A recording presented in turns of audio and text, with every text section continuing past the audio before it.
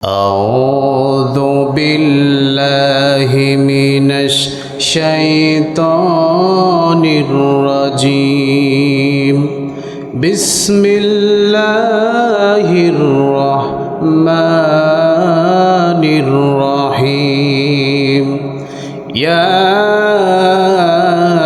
أيها الذين آمنوا أطيعوا الله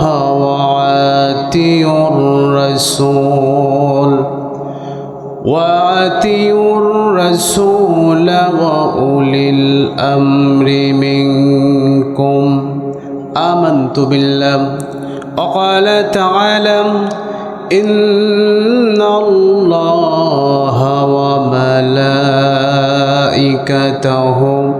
يصلون على النبي يا أيها الذين آمنوا صلوا عليه وسلموا تسليما اللهم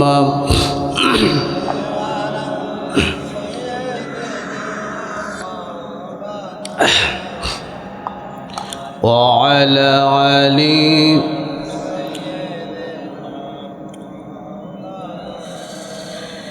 সম্মানিত ভাইরা, আমি খুতবার শুরুতে পবিত্র কোরআনুল কারিমের অন্যতম একটি সূরা সূরা নিসার 59 নম্বর আয়াতে কারিমার অংশ বিশেষ তেলাওয়াত করেছি, যেখানে আল্লাহ রাব্বুল আলামিন আমাদের মনের একটি প্রশ্নের জবাব দিয়েছেন। সুবহানাল্লাহ বলেন। আমাদের মনে একটা প্রশ্ন আছে। দেখবেন, একটি মাহফিলে বা একটা প্যান্ডেলে একটি বিষয় নিয়ে আলোচনা হবে। জবান খুলে বলেন, কয়টি বিষয়? একটি বিষয়। একটি বিষয় নিয়ে আলোচনা হবে। বক্তা হলো 3টা, মাহফিল হলো একটা। কিন্তু দেখা যায় একই মাহফিলে 3 জন ব্যক্তি একই বিষয়ের পর কথা বলে, কিন্তু কারোর কথার সঙ্গে কারোর কোনো কথা মেলে না। হয় কি হয় না? কথা বলেন না কেন? হয় কি হয় না? এখন প্রশ্ন হলো, হুজুর, কারোর কথার সঙ্গে কারোর কথা মিলতেছে না, বিষয়টা একই, কিন্তু আমরা মানব কাকে, যাব কোন দিকে? বলুন তো দেখি। এইরকম একটা প্রশ্ন আমাদের মনে আছে না নাই? আবার দেখবেন, আমাদের দেশে একটা দল আছে, কিছু দল আছে ইসলামপন্থী দল। তারা ইসলামটাকে সমাজে বিনির্মাণ করতে চায়। ইসলামের আইন দ্বারা, কোরআনের আইন দ্বারা সমাজ চলবে, পরিবার চলবে, নিজে চলবে, রাষ্ট্র চলবে। তারা এটা চায়। দেখবেন তারা বলে, আসো আমাদের দিকে, আমরা তোমাদেরকে জান্নাতের পথ দেখাবো। জবান খুলে বলেন, এইরকম কথা তারা বলে কি বলে না? বলে। আবার দেখবেন, যারা ইসলামী দল করে, ইসলাম প্রতিষ্ঠা করতে চায়, এই মানুষগুলোকে আরেক শ্রেণীর মানুষ আছে, তারা মারে। আছে না নাই? তারা ধরে, জেলখানায় ঢোকায়, তাদের বাড়ি ভেঙে দেয়, ঘর ভেঙে দেয়। আমার বন্ধুগণ, দেখা যায় তারাও বলে আমরাও জান্নাতের পথে আছি। জবান খুলে বলুন তো দেখি, তারা জান্নাতের পথে আছে, এই কথা তারা বলে কি বলে না? বলে কি বলে না? এখন আমার দিকে না তাকালে আমার কথা আপনারা বুঝবেন না। আমি ওই কিস্সা গেয়ে গিয়ে শেষ করে চলে যাব, এই বক্তা আমি নই। আমার কথা বুঝতে হবে, বাড়িতে কিছু নিতে হবে, অথবা শুনলাম ভুলে গেলাম, এটা করলে হবে না। তাহলে আমাদের প্রশ্ন হলো, ইসলামী দল যারা করে তারা আমাদেরকে ডাকে, তারা বলে জান্নাতের পথে আছি। আবার তাদেরকে যারা মারে, ইসলামের পন্থা যারা না, ইসলামের দল যারা না, তারাও বলে আমরা জান্নাতি। সবাই আমাদেরকে ডাকে। এখন আমরা যাব কোন দিকে, মানব কাকে? বলুন তো দেখি। এইরকম একটা প্রশ্ন আমাদের মনে আছে না নাই? আছে। যদি আজকের এই প্রশ্নের সমাধানটা কোরআন থেকে পেয়ে যায়, কোরআনের সমাধানটা মানতে পারবো তো ইনশাআল্লাহ? যদি কোরআনের সমাধানটা আমার বিপক্ষে চলে যায়, ব্যক্তির বিপক্ষে চলে যায়, আমার পরিবারের বিপক্ষে চলে যায়, আমার বাবার বিপক্ষে চলে যায়, আমার পীরের বিপক্ষে চলে যায়, আমার নেতার বিপক্ষে চলে যায়, আমার দলের বিপক্ষে চলে যায়, সব কিছু বাদ দিয়ে কোরআনের সমাধানটি মানতে পারবো তো ইনশাআল্লাহ? তাহলে আসুন, আল্লাহ বলছে, বান্দারে শোনো, সমাধান আমি তোমাদেরকে দেই। আল্লাহ বলছেন, ইয়া আইয়ুহাল্লাযীনা আমানু, ওহে তোমরা যারা ঈমান এনেছো, তোমরা যারা ঈমানদার হয়েছো। আল্লাহ রাব্বুল আলামিন এই আয়াতের ভিতরে সমগ্র মানুষকে ডাকেন নাই। ডাকছেন কাদেরকে? যারা ইমানদার। জবান খুলে বলে তারা কি? ইমানদার। বলুন তো দেখি আমরা যারা এখানে আছি ইমানদার কিনা? ইমানদার কিনা? ধোয়াতন্দ্র লিল্লাহে তাকবীর, লিল্লাহে তাকবীর। আমরা যেহেতু ইমানদার, আল্লাহ রাব্বুল আলামিন এই বক্তব্যটা আমাদেরকে দিয়েছেন। সুবহানাল্লাহ বলেন। আল্লাহ বলছেন বান্দারা শোনো, তোমরা মানবা কাকে? আতিউল্লাহ, তোমরা আনুগত্য করবা আমি আল্লাহকে। সুবহানাল্লাহ বলেন। কাকে আনুগত্য করতে হবে? আল্লাহকে। আল্লাহ বলছেন ও আতিউ রাসূল, আর আনুগত্য করবা তোমাদের রাসূল মুহাম্মদুর রাসূলুল্লাহ। কয়জন হলো? দুইজন হলো। আল্লাহ এখানে থামেন নাই। আল্লাহ বলছে বান্দারা শোনো, ওয়া উলিল আমরি মিনকুম, এবং আনুগত্য করবা তোমাদের উলিল আমর যারা। তাহলে বলুন তো দেখি আল্লাহ আনুগত্য করতে বলেছেন কয়জনকে? আসতে বলবে না কয়জনকে? এক নাম্বার কে? আল্লাহ। এক নাম্বার কে? আল্লাহ। দুই নাম্বার কে? মুহাম্মদ রাসূলুল্লাহ। তিন নাম্বার হলো উলিল আমর। এখন বিষয়টা হলো আল্লাহ সম্পর্কে আমরা জানি, রসুল সম্পর্কে আমরা বুঝি, কিন্তু উলিল আমরটাকে এটা আমরা বুঝি না। উলিল আমর এক কথায় তাকে বলা হয় যে যার ক্ষমতা বলে অন্যকে কোনো কাজের ব্যাপারে আদেশ করতে পারে, এক কথায় তাকে উলিল আমর বলা হয়। সন্তানের জন্য তার পিতা হলো উলিল আমর, স্ত্রীদের জন্য তার স্বামী হলো উলিল আমর, এলাকার মুসল্লিদের উলিল আমর হচ্ছেন ইমাম, এই ওয়ার্ডের যিনি মেম্বার তিনি হচ্ছেন এই ওয়ার্ডের মানুষের উলিল আমর, যিনি এই ইউনিয়নের চেয়ারম্যান তিনি হচ্ছেন এই ইউনিয়নের উলিল আমর, যিনি বাংলাদেশের প্রধানমন্ত্রী হবেন তিনি বাংলাদেশের উলিল আমর। তাহলে এক কথায় যে ক্ষমতা বলে অন্যকে আদেশ করতে পারে কোনো কাজের ব্যাপারে তাকে কি বলা হয়? উলিল আমর বলা হয়, যাকে বলা হয় নেতা। কি বলা হয়? এটা হতে পারে আপনার বাবা, হতে পারে আপনার স্বামী, হতে পারে আপনার ইমাম, হতে পারে আপনার বাবা। ঠিক কিনা বলেন? আমার ভাইয়েরা কথা বললে হবে না, এটা তো অসুবিধা হবে, এখান থেকে ছাড়তে হবে। আমার বন্ধুগণ, আল্লাহ রাব্বুল আলামিন আয়াতে বলেছেন আনুগত্য করতে হবে আমি আল্লাহকে। দুই নাম্বার হলেন মুহাম্মদুর রাসূলুল্লাহ সাল্লাল্লাহু আলাইহি ওয়াসাল্লামকে। আর তিন নাম্বার হলো উলিল আমরকে। তোমাদের দুনিয়াবি নেতা যিনি হবেন তাকে আনুগত্য করতে হবে। আমার বন্ধুগণ, আমার ভাইরা, সমস্ত তাফসীর কারকগণ এই বক্তব্যের সঙ্গে একমত পোষণ করেছেন। আল্লাহ এবং আল্লাহর নবী এবং উলিল আমর এই তিনজনকে মানার মানদণ্ড, মানার মাপকাঠি একরকম হতে পারে না। আল্লাহ এবং আল্লাহর নবীকে মানার মানদণ্ড হবে একরকম, আর উলিল আমর যিনি হবেন তাকে মানার মানদণ্ড হবে আর একরকম। অর্থাৎ আল্লাহ এবং আল্লাহর নবীকে মানার ব্যাপারে বান্দা কোনো প্রশ্ন করতে পারবে না।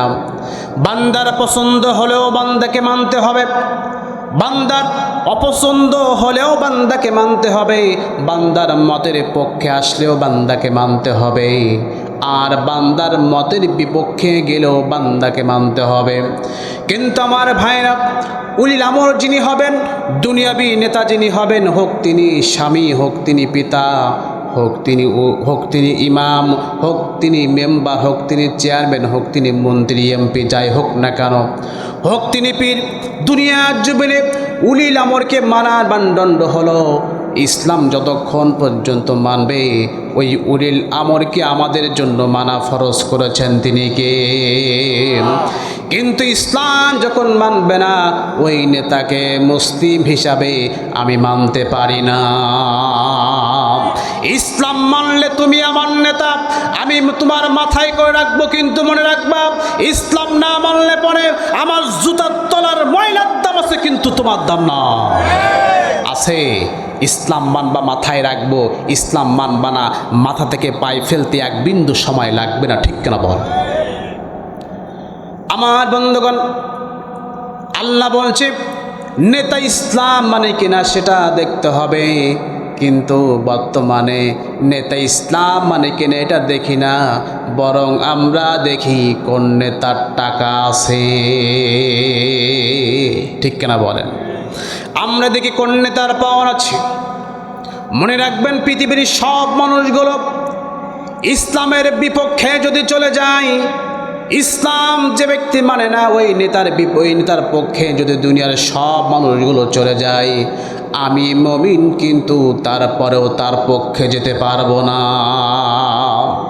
সে 1000 বছর ক্ষমতায় থাকতে পারে, অসংখ্য টাকার মালিক হতে পারে, কোটি কোটি মানুষ তার অনুসারী হতে পারে, কিন্তু আমি মুমিন হিসাবে তাকে আনুগত্য করতে পারবো না। কিন্তু আমার ভাইরা, ইসলামপন্থী নেতা যিনি হবেন, ইসলাম মেনে যিনি দুনিয়ার জমিনে চলবেন, এই নেতার পেছনে দুনিয়ার কোনো মানুষ নেই, তার টাকা নাই, সম্পদ নাই, পয়সা নাই, লোকবল নাই, ক্ষমতায় যেতেও পারে, নাও যেতে পারে, কিন্তু দুনিয়ার সব মানুষগুলো তার বিপক্ষে চলে গেলেও আমি মুমিন তার পক্ষে থাকবো। কথা বলেন ঠিক কিনা? আমার বন্ধুগণ, কেন আমরা থাকবো একটু গভীর চিন্তা করুন। বলুন তো দেখি, আমাদের এই সমাজে যখন বিবাহ হয় 3 কবুলের মাধ্যমে, খুতবার মাধ্যমে হয় কি হয় না? হয়। 3 কবুল এবং খুতবার মাধ্যমে যদি কোনো বিবাহ শাদী না হয়, বলুন তো দেখি এই বিবাহটাকে বৈধ হবে নাকি অবৈধ হবে? কি হবে? কেন হবে? তার মানে হলো ইসলাম যে পন্থা বলেছে এই পন্থা অনুযায়ী এই বিবাহটা হয় নাই।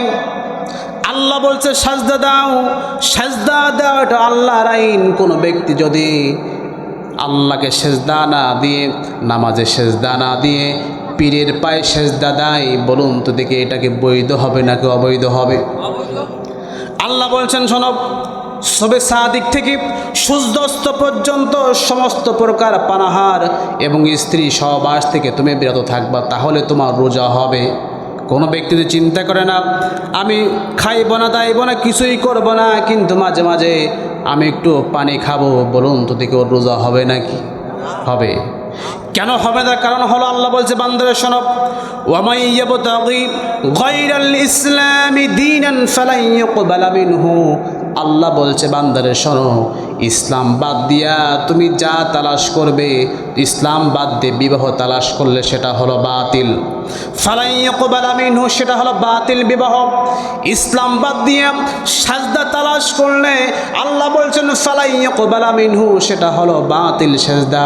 ইসলাম বাদ দিয়া তুমি যদি রোজা তালাশ করো, আল্লাহ বলছেন ফালান ইউকবালা মিনহু, সেটা হলো বাতিল।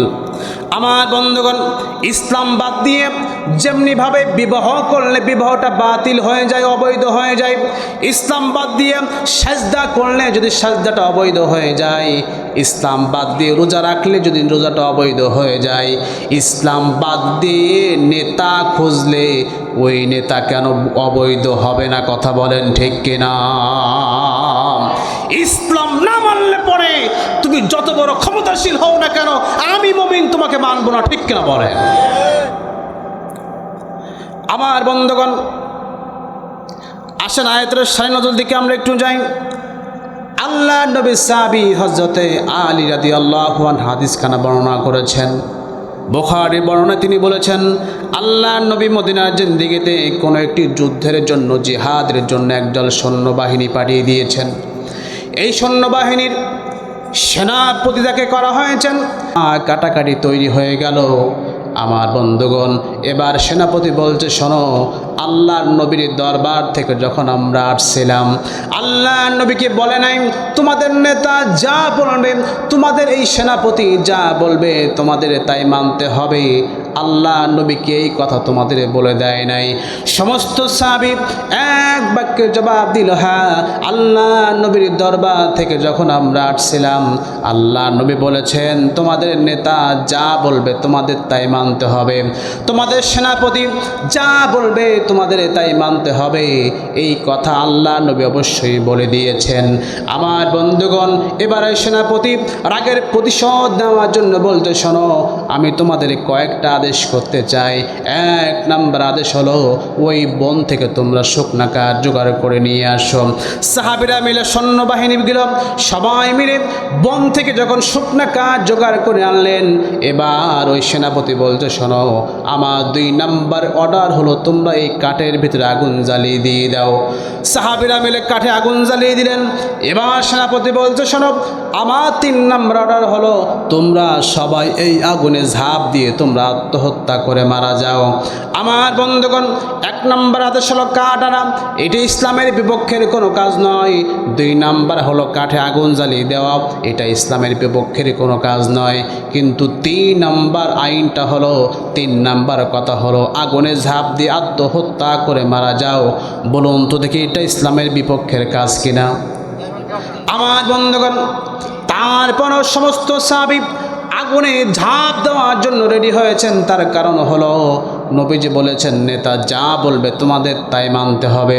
কিন্তু একজন যুবক সাহাবী প্রচণ্ড বাধা সৃষ্টি করলেন। তিনি বলতে চাইলেন, শোনো, আল্লাহ নবীর হাতে হাত রেখে কালেমা পড়ে মুসলমান হয়েছি, শোনো, জাহান্নামের আগুন থেকে বাঁচবে বলে দুনিয়ার কোন আগুনে ঝাঁপ দিয়ে আমি আত্মহত্যা করব না, আমি আত্মহত্যা করব না, আমি কাউকে আত্মহত্যা করতে দেব না। আমার বন্ধুগণ, এবার ওই সেনাপতি এবং সৈন্যদের মাঝে একটা সমঝোতা তৈরি হয়ে গেল। আর সেটা হলো, আমরা আল্লাহ নবীর দরবারে যাব, আল্লাহ নবীদের সমস্ত ঘটনা শুনে বলেন তোমরা আগুনে ঝাঁপ দাও, আমরা সবাই মিলে আগুনে ঝাঁপ দেব, কেউ পিছপা হব না। আমার বন্ধুগণ, আল্লাহ নবীর দরবারে যাওয়ার পরে আল্লাহ নবী সমস্ত ঘটনা শুনলেন, শুনে বললেন, শোনো, আজকে যদি তোমরা এই নেতার কথা মাফিক তোমরা যদি আজকে আগুনে ঝাঁপ দেতা, আজকে সবাই তোমরা জাহান্নামে হয়ে যেতে। জোরে বলে নাউজুবিল্লাহ। আমার বন্ধুগণ, নবীজি বললেন, সাহাবীরা শোনো, নেতার আনুগত্য করতে হবে, সেনাপতির আনুগত্য করতে হবে, কিন্তু স্রষ্টার আইনের বাইরে যে কোনো নেতার আনুগত্য করা চলবে না।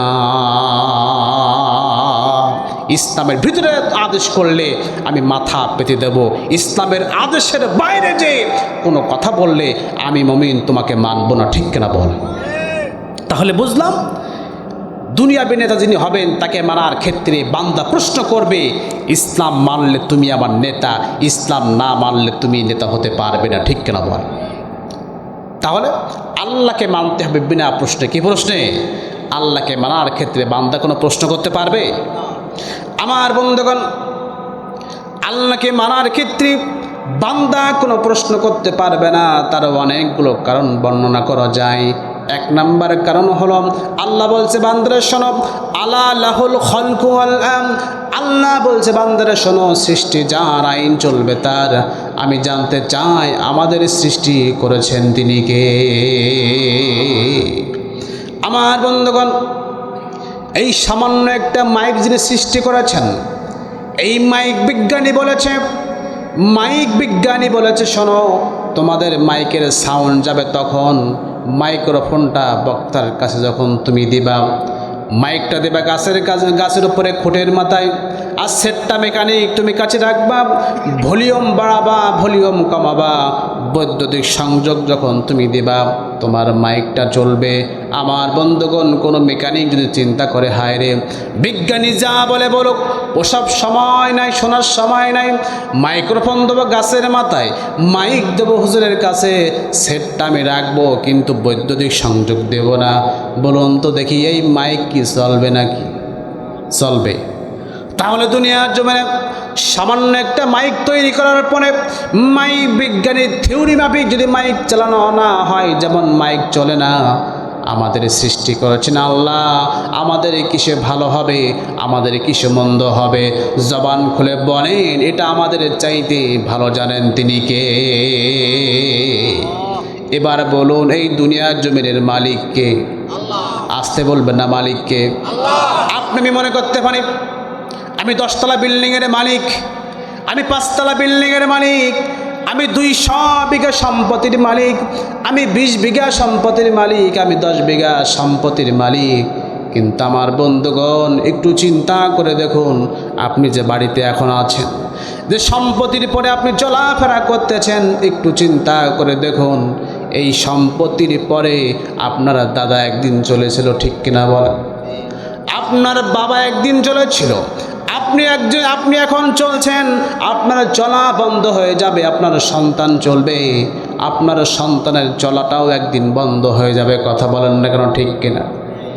আমার বন্ধুগণ, এই যে আমজাদনগর এলাকায়, এই এলাকার ভিতরে এখান থেকে 100 বছর আগে যারা এই দুনিয়ার জমিনে ছিলেন, বলুন তো দেখি তাদের খুঁজে পাওয়া যায় নাকি? যায়। 100 বছর আগে যারা ছিলেন তাদেরকে খুঁজে পাওয়া যায় না। আবার আমরা এখন যারা বসে আছি এখান থেকে 100 বছর পরে আমাদের কারোর অস্তিত্ব পাওয়া যাবে না, বিলীন হয়ে যাব। তাহলে বোঝা গেল 100 বছর আগে যারা ছিলেন আজকে তারা নাই। আমরা যারা আছি 100 বছর পরে আমাদের কোনো অস্তিত্ব থাকবে না, আমরা বিলীন হয়ে যাব, আমাদের কোনো পরিচয় থাকবে না। জমিন থাকবে, আসমান থাকবে, ঘর থাকবে, বাড়ি থাকবে, কিছুই থাকবে না। তার কারণ হলো জমিনের মালিক আমি নই, জমিনের মালিক জবান খুলে বলেন তিনি কে? আল্লাহ সমস্ত জমিনের মালিক। এবার বলুন তো দেখি আপনাদের কালীগঞ্জ বা আপনাদের ঝিনাইদহ শহরে ঘর ভাড়া দেওয়া হয় কি হয় না? হয়। এই ঘর ভাড়া দেওয়ার সময় দেখবেন মালিক পক্ষ সত্য দিয়ে দেয় যে আমার বাড়ি থাকতে গেলে তোমাকে মাসের 5 তারিখে ভাড়া পরিশোধ করতে হবে। বলে কি বলে না? বলে আমার বাড়ি থাকতে গেলে তোমাকে বেশি গান বাজনা চলবে না, আমি ইসলাম মেনে চলে দিন মেনে চলি, তোমাকে স্বাভাবিক জীবনযাপন করতে হবে। আমার বাড়ি থাকতে গেলে তোমাকে রাত 10টার ভিতরে আমার গেট বন্ধ হয়ে যাবে, তার আগে ফিরতে হবে। বলুন তো দেখি কোনো ভাড়াটিয়া যদি মালিকের কথা অমান্য করে 5 তারিখে ভাড়া দিল না, 2-3 মাস ভাড়া দিল না, বাড়িতে গান বাজনা করে 12টার পরে বাড়িতে ফিরে, বলুন তো দেখি কোনো বাড়ির মালিক কি ভাড়াটিয়াকে রাখবে? আসতে বলুন, রাখবে? তাহলে দুনিয়ার জমিনে সামান্য পরিমাণ 5 তলা 10 তলা সামান্য পরিমাণ টিন শেডের বাড়ির মালিক হওয়ার পরে যদি আপনি বাড়িওয়ালা হয়েছেন, আপনার ভাড়াটি আপনার কথা না আসলে আপনাদেরকে ঘাত ধাক্কা দিয়ে বাহির করে দেন। তামাম দুনিয়ার মালিক আল্লাহ। আল্লাহর দুনিয়ায় থাকতে গেলে আল্লাহর আইন মানার দরকার আছে না নাই? আসতে বলবেন না, আছে না নাই? আল্লাহর দুনিয়ায় থাকবেন আর আল্লাহর আইন মানবেন না, এটা কখনো হতে পারবে না। ঠিক কিনা বল? আমার বন্ধুগণ, আল্লাহর আইনটা বিনা প্রশ্নে কেন আমরা মানব? তার 2 নাম্বার কারণ হলো আল্লাহ বলছে বান্দারে শোনো, তাবারাকাল্লাযী বিয়াদিহিল মুলক। আল্লাহ বলছে বান্দারে শোনো, সমস্ত ক্ষমতার মালিক হলাম আমি আল্লাহ। জবান খুলে বলেন সবময় ক্ষমতার মালিক তিনি কে? আল্লাহ না ক্ষমতার মালিক? ভালো করে বুঝবেন, একটু জ্ঞান দেবেন, মেধা খাটাবেন, ভালো করে বুঝবেন। এখান থেকে 2 বছর আগের দিকে একটু তাকান। 2 বছর আগে আমরা কোনো বিপদে পড়লে, পুলিশ দাবরানি দিলে, কোনো সমস্যায় পড়লে, ভাই ভাই ঝগড়া হয়েছে, মীমাংসার জন্য যাদের কাছে যাইতাম, বলুন তো দেখি তাদেরকে আজকে খুঁজে পাওয়া যায় নাকি? যায় না। আমাদের মনে ভালো না লাগলেও তাদের কাছে যাইতাম, কিন্তু আজকে তাদের খুঁজে পাওয়া যাচ্ছে না। এবার ভালো করে বুঝবেন, বর্তমান সময়ে যারা বিপদে আমরা পড়ি, যাদের কাছে যাচ্ছি, হতে পারে সে বিএনপি, হতে পারে আওয়ামী লীগ নেতা, যেই হোক না কেন, তাদের কাছে যাচ্ছি, বলুন তো দেখি 2 বছর আগে তাদের কাছে যাইতাম আমরা? যাইতাম না। বরং যদি দেখতাম এলাকা দিয়ে কোনো একটা বিএনপির নেতা যাচ্ছে, জামাতের নেতা যাচ্ছে, আমাকে সালাম দিতে পারে, এই সালাম দেওয়াটা লোক দেখবে, যেন মানুষ না দেখে, এর জন্য আমরা পালাতাম। ঠিক কিনা বল? তাহলে 2 বছর আগে বিপদে পড়লে আমরা যাদের কাছে যাইতাম, আজকে আর যাই না।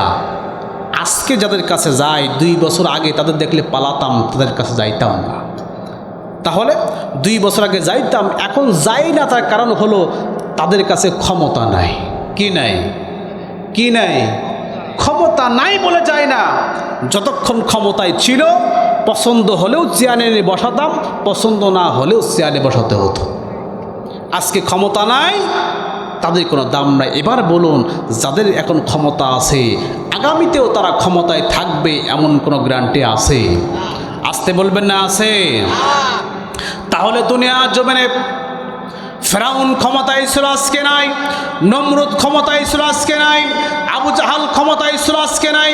হাসিনা ক্ষমতায় ছিল, আজকে নাই। আজ যারা ক্ষমতায় আছে, আগামীকাল থাকবে কোনো গ্যারান্টি নাই। কিন্তু যে আল্লাহ ক্ষমতায় ছিল, যে আল্লাহ ক্ষমতায় আছে, যে আল্লাহ ভবিষ্যতেও ক্ষমতা থাকবে, আইন মানতে হলে সেই আল্লাহর আইন মানার দরকার আছে না? আপনি কার আইন মানবেন? যে আল্লাহ ক্ষমতায় ছিল, যে আল্লাহ ক্ষমতায় আছে, যে আল্লাহ ক্ষমতায় থাকবে। সুবহানাল্লাহ। আমার বন্ধুগণ, ভালো করে বুঝবেন একটি কথা, আমরা যদি দোকানে একটা যাই মোবাইল কিনতে, সামান্য একটা মোবাইল, এই মোবাইলটা কোন কোম্পানির মোবাইল এটা আমরা চেক করি কি করি না? করি। চিন্তা করি যে এই মোবাইলটা কতদিন টিকবে। যদি কম টাকার সম্ভাবনা হয় তাহলে মোবাইলটা আমরা বুঝতে পারলে আর নিতে চাই না, ঠিক কিনা বলেন? তাহলে সামান্য একটা মোবাইল, সামান্য একটা টিস্যু পেপার কিনতে গেলেও কোনটা ভালো কোনটা মন্দ আমরা দেখি। তাহলে আইন মানব, দুনিয়ায় নেতা মানব, কিন্তু কোন নেতাকে মানব এটা মুমিন আমরা দেখি না। আমরা এমন কোন নেতার আইন মানব না, এমন কোন মানুষের মন গড়া আইন মানব না যে আজকে ক্ষমতায় আছে আগামীকাল থাকবে না, ঠিক কিনা বলেন? আর যিনি ক্ষমতায় থাকবেন, ক্ষমতায় ছিলেন, ক্ষমতায় আছেন, তার আইন মানার দরকার আছে না নয়? আমার বন্ধুগণ, আল্লাহকে বিনা প্রশ্নে কেন আমরা মানব? তার 3 নম্বর কারণ হলো আল্লাহ বলছে বান্দারে শোনো, ওমা লাকুম মিন দুনিল্লাহি মিন ওয়ালিয়্যিন ওয়ালা নাসির। আল্লাহ বলছে বান্দারে শোনো, আমি আল্লাহ ছাড়া দুনিয়ার জীবনে তোমাদের কোনো সাহায্যকারী নাই, কোনো অভিভাবক তোমাদের নাই। জবান খুলে বলেন আমাদের সাহায্যকারী তিনি কে? আমার বন্ধুগণ, আপনি আমি যখন মায়ের পেটে ছিলাম, দুনিয়ার জীবনে কোনো ডাক্তার, কোনো ইঞ্জিনিয়ার, কোনো বিজ্ঞানী, এমনকি আপনার আমার মা বাবাও আপনার আমার জন্য মায়ের পেটের ভেতরে একদিনের জন্য খাদ্যের ব্যবস্থা করতে পারে নাই। এমনকি আপনি আমি মায়ের পেটে থাকাকালীন আল্লাহকেও বলি নাই আল্লাহ গো আমার খাদ্যের ব্যবস্থা করে দেন। আল্লাহর কাছে না চাইতে, দুনিয়ার কোনো মানুষ না দিতেও মায়ের পেটে খাদ্য দিয়েছেন। জবান খুলে বলেন তিনি কে? আমার বন্ধুগণ, যদি আল্লাহ রাব্বুল আলামিন আমাদের সাহায্যকারী না হতেন, আমাদের অভিভাবক যদি না হতেন, মায়ের পেটে খাদ্য যদি না দিতেন, মায়ের পেট থেকে আমরা বের হতাম কিন্তু জীবন নিয়ে আসতে পারতাম না, ঠিক কিনা বলেন? মায়ের পেট থেকে আসতাম কিন্তু আমার কোনো নাম হতো না, কোনো পরিচয় হতো না, আমাকে সঙ্গে সঙ্গে কবর দিতে হতো। মায়ের পেটের ভিতরে না চাইতে যে আল্লাহ রাব্বুল আলামিন বাঁচিয়ে সুস্থ রেখে আমাদের দুনিয়ার জমিনে আনলেন, জবান খুলে বলেন সেই বন্ধুর আইন মানার দরকার আছে না?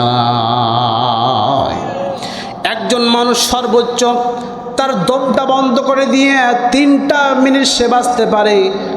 আমার বন্ধুগণ, আল্লাহ রাব্বুল আলামিন বাতাসে দিয়েছেন, শ্বাস প্রশ্বাস নেওয়ার সুযোগ আমাদের দিয়েছেন। এই বাতাসটা যদি বন্ধ করে দেয়, কোথায় পাবেন আপনি নিঃশ্বাস? কোথায় পাবেন আপনি অক্সিজেন? দুনিয়ার জীবনে করোনাকালীন সময়ের দিকে একটু তাকান। কোটি টাকা সম্পত্তির মালিক, একটি সিলিন্ডারের জন্য, অক্সিজেন সিলিন্ডারের জন্য দুনিয়ার তার সব সম্পত্তি দিতে চাইছে, কিন্তু একটি সিলিন্ডার খুঁজে পায় নাই, তার নিঃশ্বাস নেওয়ার মতো কিছু পায় নাই। তাহলে বোঝা গেল আল্লাহ হলো সাহায্যকারী। যে আল্লাহ রাব্বুল আলামিন আমাদের কাছে টাকা নেয় না, সম্পদ নেয় না, কিছুই নেয় না, কিন্তু না নিয়ে আমাদেরকে নিঃশ্বাস প্রশ্বাস দিচ্ছেন, খাওয়াই বাঁচিয়ে রেখেছেন। এজন্য বলুন তো দেখি, আইন মানতে হলে সেই আল্লাহর আইন মানার দরকার আছে না? না। আমার বন্ধুগণ, আল্লাহর নবী মক্কায় থাকতে পারলেন না। মক্কা থেকে হিজরত করে আল্লাহর নবী যখন মদিনায় চলে যাবেন, এমন সময় আবু বকরকে সঙ্গে নিয়ে আল্লাহর নবী যখন মদিনার দিকে যাচ্ছেন, দিন হয়ে যাওয়ার কারণে আল্লাহর নবী এবং আবু বকর একটি গুহার ভিতরে আশ্রয় গ্রহণ করেছেন। এই গুহার ভিতরে আল্লাহর নবী দেখতে পেলেন, একটু পরে দেখতে পেলেন আবু বকরের চোখ দিয়ে টপ টপ করে পানি পড়তেছে। নবীজি বলছে, আবু বকর তোমার কি বাড়ির কথা মনে পড়লো নাকি? তোমার কি সম্পদের কথা মনে পড়লো নাকি? তোমার কি সন্তানের কথা মনে পড়লো নাকি জানতে চাই।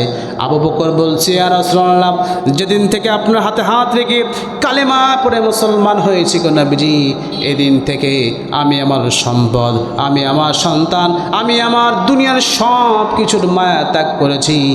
আমি আল্লাহ এবং আল্লাহ নবীকে আমার জীবনের চাইতে বেশি ভালোবেসেছি। নবীজি বলছে, আবু বকর যে আল্লাহকে তুমি তোমার জীবনের চাইতে বেশি ভালোবেসেছো, সেই আল্লাহ তো তোমার সঙ্গে, সেই নবী তো তোমার সঙ্গে আছেন, তুমি কাঁদছো কেন জানতে চাই। আমার বন্ধুগণ, আবু বকর বলছে আর শুনলাম কাদার কারণ হলো তাকেই দেখুন কাফেররা আসতেছে, তরবারি নিয়ে অসংখ্য কাফের আমাদেরকে ধরার জন্য আসতেছে, আমাদের কাছে অস্ত্র নাই, আমরা মাত্র সংখ্যায় মাত্র 2 জন, সংখ্যায় ওরা অনেক। ওগো আল্লাহর রাসূল, আমাদের পাইলে পরে দুনিয়ার জমিন থেকে আমাদের বিদায় করে দেবে। ওগো আল্লাহর রাসূল, আমি আমার জীবনের জন্য কাঁদছি না, বরং কাঁদছি আপনার জীবনের জন্য। আল্লাহর নবীকে মারলে পরে কি হবে চিন্তা করে কাঁদছি। আল্লাহ নবী বলছে, আবু বকর তুমি কি জানো না, আল্লাহ বলেছেন লা তাহজান ইন্নাল্লাহা মা'ানা। আবু বকর তুমি কি জানো না, তোমার মনে হতে পারে এই গুহায় তুমি আমি 2 জন আছি, কিন্তু বিষয়টা তা নয় রে আবু বকর, শুনে রেখে দাও, এই গুহায় তোমার আমার সঙ্গে আমার আল্লাহ আছে। ওরে বন্ধুগণ, জানতে চাই যে আল্লাহ রাব্বুল আলামিন গুহার ভিতরে আল্লাহর নবী আবু বকরের সঙ্গে ছিলেন, বলুন তো দেখি সেই আল্লাহ আজও আছে না নাই? আমরা বিপদে পড়লে, মুসিবতে পড়লে, বলুন তো দেখি ভূমিকম্পের সময় মনে পড়ে কার কথা? আসতে বলবেন না কার কথা? তাহলে যে আল্লাহ রাব্বুল আলামিন বিপদে মুসিবতে সাহায্য করেন, আইন মানতে হলে সেই আল্লাহর আইন মানার দরকার আছে না না? ভালো করে বুঝবেন, আমি যদি রাতের বেলা বিপদে পড়ি, বিপদ মানুষের হয় না? আমার 1000 টাকা দরকার, বিপদে পড়েছি, হুজুরকে বললাম যে হুজুর 1000 টাকা দিতে হবে। হুজুর আমাকে 1000 টাকা দিয়েছেন, আমাকে উপকার করেছেন, সহযোগিতা করেছেন, আমার পাশে দাঁড়িয়েছেন। সকালবেলা আমি যাচ্ছি, মনে করেন বাজারের দিকে যাচ্ছি, যাওয়ার সময় হুজুর আমাকে দেখেছেন, দেখে বলছেন হুজুর শোনেন, আপনি আমার বাড়িতে আত্মীয় আসছে, এই নেন টাকা আর এই নেন প্যাকেট, আমার জন্য 1 কেজি গরুর গোশত নিয়ে আসবেন। বলুন তো দেখি হুজুর যখন এই কাজের কথা আমাকে বলবেন, তখন রাতের বেলা যে 1000 টাকা আমাকে দিয়েছেন, সাহায্য করেছেন, ওই কথা আমার মনে পড়বে কি পড়বে না? পড়বে। আমি আমার সমস্ত কাজ রেখে হুজুরের ওই কাজটি আগে করব, কারণ হলো হুজুর রাতের বেলা আমাকে কি করেছেন? আসতে বলবো না কি করেছেন? তাহলে ভালো করে বুঝবেন, দুনিয়ার জমিনে, সামান্য দুনিয়ার জমিনে 1000 টাকা, 500 টাকা, 200 টাকা সাহায্য করলে, যদি তার কথা রাতে করলে সকালবেলা মনে হয় যে আল্লাহ আমাদেরকে এত দিয়েছেন, এত সম্পদ দিয়েছেন, এত সুযোগ দিয়েছেন, জীবন দিয়েছেন, কিন্তু বান্দা সে আল্লাহর আইন মানার ক্ষেত্রে আমরা বেমালুম ভুলে যাই। কথা বলেন ঠিক কিনা? আমাদের সব বাদ দিয়া, নিজেদের মন গড়া আইন কানুন সব বাদ দিয়া যে মহারব আমাদেরকে এই সাহায্য করেছেন, উপকার করেছেন, সে আল্লাহর আইন মানার দরকার আছে না নাই? আসতে বলবেন না আছে না নাই? আমার বন্ধুগণ, আল্লাহর আইনটা বিনা প্রশ্নে কেন আমরা মানব? তার অন্যতম কারণ হলো আল্লাহর আইন না মানলে পরে ঈমান থাকবে না। আল্লাহর কোনো আইন বিনা প্রশ্নে না মানলে ঈমান থাকবে না। আল্লাহর কোনো আইনের বিপক্ষে প্রশ্ন করার অধিকার মুমিনের নাই, ঠিক কেন বল? আমার বন্ধুগণ, নবীজি বলছেন শোনো, ইয়াতি আলান নাসি জামান ইয়াজতামিউনা ওয়া ইউসাল্লুনা ফিল মাসাজিদ ওয়া লাইসা ফীহিম মুমিন। নবীজি বলছেন শোনো, এমন একটা যুগ চলে আসবে যে যুগে মসজিদ পরিপূর্ণ লোক থাকবে, কিন্তু একজন ইমানদার পাওয়া যাবে না। ভালো করে বুঝবেন, মসজিদ পরিপূর্ণ লোক থাকবে, কানায় কানায় লোক থাকবে, মুসল্লি থাকবে, মুয়াজ্জিন থাকবে, ইমাম থাকবে, কিন্তু নবীর পরিভাষায় কারোর কোনো ইমাম থাকবে না। আপনার আমার মনে হতে পারে এখনো মনে হয় সেই যুগ আসে নাই, আসে না? আমার বন্ধুগণ তাকেই দেখুন, বলুন তো দেখি আমাদের এই সমাজে কাদিয়ানি আছে না নাই? আছে। এই কাদিয়ানি হলো কাফের, এদেরকে যারা কাফের বলবে না তারাও কাফের। আমার ভাইরা বলুন তো দেখি এই কাদিয়ানিদের মসজিদ আছে না নাই? আসতে বলবে না আছে না নাই? কষ্ট হচ্ছে আপনাদের? এই মসজিদে আজান হয় কি হয় না? নামাজ হয় কি হয় না? মসজিদে আজান হয়, আজান হওয়ার পরে আমার মতো কোনো মৌলবী যদি বলে হুজুর ভাইরা আমাকে ইমামতি করতে দাও, বলুন তো দেখি ইমামতি করতে দেবে নাকি? দেবে। ইমামতি করতে দেবে না, কারণ হলো ইমামতি তারাই করবে যে ব্যক্তি ওখানে কাদিয়ানি হয়েছে, ওদের ধর্ম গ্রহণ করেছে, তারাই ইমামতি করবে, আমার মতো মৌলবীকে নেবে না। বোঝা গেল? আজান হয়ে গেল, মসজিদ পরিপূর্ণ লোক কাদিয়ানি, মুয়াজ্জিন কাদিয়ানি, ইমাম কাদিয়ানি, জবান খুলে বলেন একজনের কি ইমান আছে নাকি? আমার বন্ধুগণ, মনে হতে পারে কাদিয়ানি বাদ দিলাম, এবার বলুন তো দেখি, আল্লাহ বলেছেন সেজদা দিতে হবে, নামাজে সেজদা দাও। এই সেজদা, পীরের পায়ে সেজদা দেওয়া কিছু মানুষ আমাদের সমাজে আছে না? নাই? আছে না? পীরের পায়ে সেজদা দেয়, পীরের কবরে সেজদা দেয়, চুমু খায়, এরকম কিছু আহাম্মক আমাদের সমাজে আছে না নাই? আপনাদের এই ঝিনাইদহ না থাকতে পারে, কিন্তু আমার সাতক্ষীরাতে আছে। আমার সাতক্ষীরাতে অনেক দরবার আছে। নাম করা হলো গুণাকার কাঠি দরবার, নাম করা হলো নলতা শরীফ দরবার। নাম শুনেছেন না আপনারা? আহা, গুণাকর কাঠি মানে হলো, আমি বিশ্লেষণ করেছি, গুনাহ কর কাঠি মানে ওই এলাকায় গেলে তোমাকে গুনাহ করাই লাগবে। কী করা লাগবে? যে গুনাহ কর, ওখানে গেলে তোমার গুনাহ করাই লাগবে। আমার বন্ধুগণ, একদিন আমি দাঁড়িয়ে আছি, মাহফিলে যাচ্ছি কয়রার দিকে, ওখানে দাঁড়িয়ে আছি, এমন সময় দেখি কয়েকজন মানুষ ওই পীরের কবরে চুমা খেয়ে খেয়ে কালোটাই সাদা করে ফেলছে। এমন একটা অবস্থা, মুরব্বী মানুষ কয়েকজন চুমা খাচ্ছে। এমন সময় এক ভদ্রলোক গাড়ি থেকে নামলো, প্রাইভেট কার থেকে নামলো, তাকে দেখলাম তার হাঁটু পর্যন্ত পাঞ্জাবি আছে, আর পায়জামা হলো গোড়ালির নিচ পর্যন্ত, মানে পাঞ্জাবি হাঁটুর নিচ পর্যন্ত বা হাঁটু পর্যন্ত, আর পায়জামা হলো গোড়ালির নিচ পর্যন্ত। কোনো মমিনের পায়জামা কি গোড়ালির নিচে নামতে পারে? পারে না। এখন আমি খেয়াল করলাম, ওই ব্যক্তি যেই নামছে গাড়ি থেকে, যারা সেজদা করছিল এই পীরের কবরে, এরা সেজদা বাদ দিয়া পূর্ব দিকে মাথা দিয়া, পশ্চিম দিকে পা দিয়া ওর পায়ে লুটিয়ে পড়ল। নাউজুবিল্লাহ। আমি পরবর্তীতে শুনলাম ও নাকি, ওই যে ব্যক্তি আসছে, ও নাকি পীরের আওলাদকে সম্মান করেছে। বলুন তো দেখি, ইমান আছে? ইমান আছে? আল্লাহ বাদ দিয়া দুনিয়ার কোনো মানুষকে সেজদা দিতে আল্লাহ বলেন নাই, ঠিক কিনা বলেন? এবার বলুন, এই যে মাজারগুলো আছে, এই মাজারের মসজিদ আছে না নাই? আছে। মসজিদ আছে, মুয়াজ্জিন আছে, ইমাম আছে। ইমামতে আমার মতো লোককে দেবে না, মুয়াজ্জিনি করতে আমার মতো লোককে দেবে না, বরং দেবে তাদেরকে যারা আজান দেওয়ার আগে পীরের পায়ে সেজদা দিয়ে আসবে। ইমামতি করতে দেবে তাকে। ইমামতি করার আগে পীর শুয়ে আছে কবরে, ওখান থেকে মোটামুটি একটু দোয়া খায়রাত নিয়ে তারপরে ইমামতি করতে আসবে, ঠিক কিনা বলেন? তাহলে বোঝা গেল মসজিদ পরিপূর্ণ লোক আছে, পীরের পায়ে সেজদা দেয়, পীরের কবরে সেজদা দেয়, কিন্তু মুসল্লিদের ইমান নাই, মুয়াজ্জিনের ইমাম নাই, ইমাম সাহেবের ইমান নাই। আছে না নাই? আসতে বলবেন না, আছে না নাই? আপনার আবার মনে হতে পারে, হুজুর এ তো কাদিয়ানি আর পীরের পায়ে সেজদা দেয়, মনে হয় আমাদের আজমতপুর এই এলাকায় কোনো মানুষের ইমান নষ্ট নাই। আছে? ভালো করে বুঝবেন। বলুন, একটা জিনিস ভালো করে বুঝবেন। মনে করেন আপনাদের এই এলাকার কোনো একটা নদী আছে, বা কোনো একটা নির্জন জায়গায় বসে এলাকার কোনো একটা যুবক বসে বসে মদ খাচ্ছে, নেশা করছে। নেশা হারাম করেছেন কে? কে করেছেন? আল্লাহ হারাম করেছেন। এলাকার ইমাম সাহেব তিনি দেখলেন যে অমুকের ছেলে বসে বসে নেশা করছে, এলাকার মাতব্বররা আছে। হুজুর চিন্তা করলো ওই ছেলেটা মদ খেয়ে নষ্ট হয়ে যাচ্ছে, এখন ওকে বন্ধ করার দরকার। এজন্য এলাকার মাতব্বর কিছু আছে, তাদেরকে ডেকে বলছে, ভাই শোনো, অমুক লোকের ছেলে দেখলাম ওই বাগানে বসে একটি মদ খাচ্ছে, দেখবেন অনেক মাতব্বর আছে তারা ফতোয়া দিয়ে বসে, ওই বয়সে একটু এরকম হয়। বলে কি বলে না? ছেলে মেয়ে প্রেম করছে, বিয়ে দেওয়ার কোনো খবর নাই, যদি বলা হয় প্রেম করে, তখন বলে ওই বয়সে একটু এরকম হয়। কথা কন না কেন? আল্লাহ বলেছেন হারাম, আর তুমি বলছো এই বয়সে একটু এরকম হয়।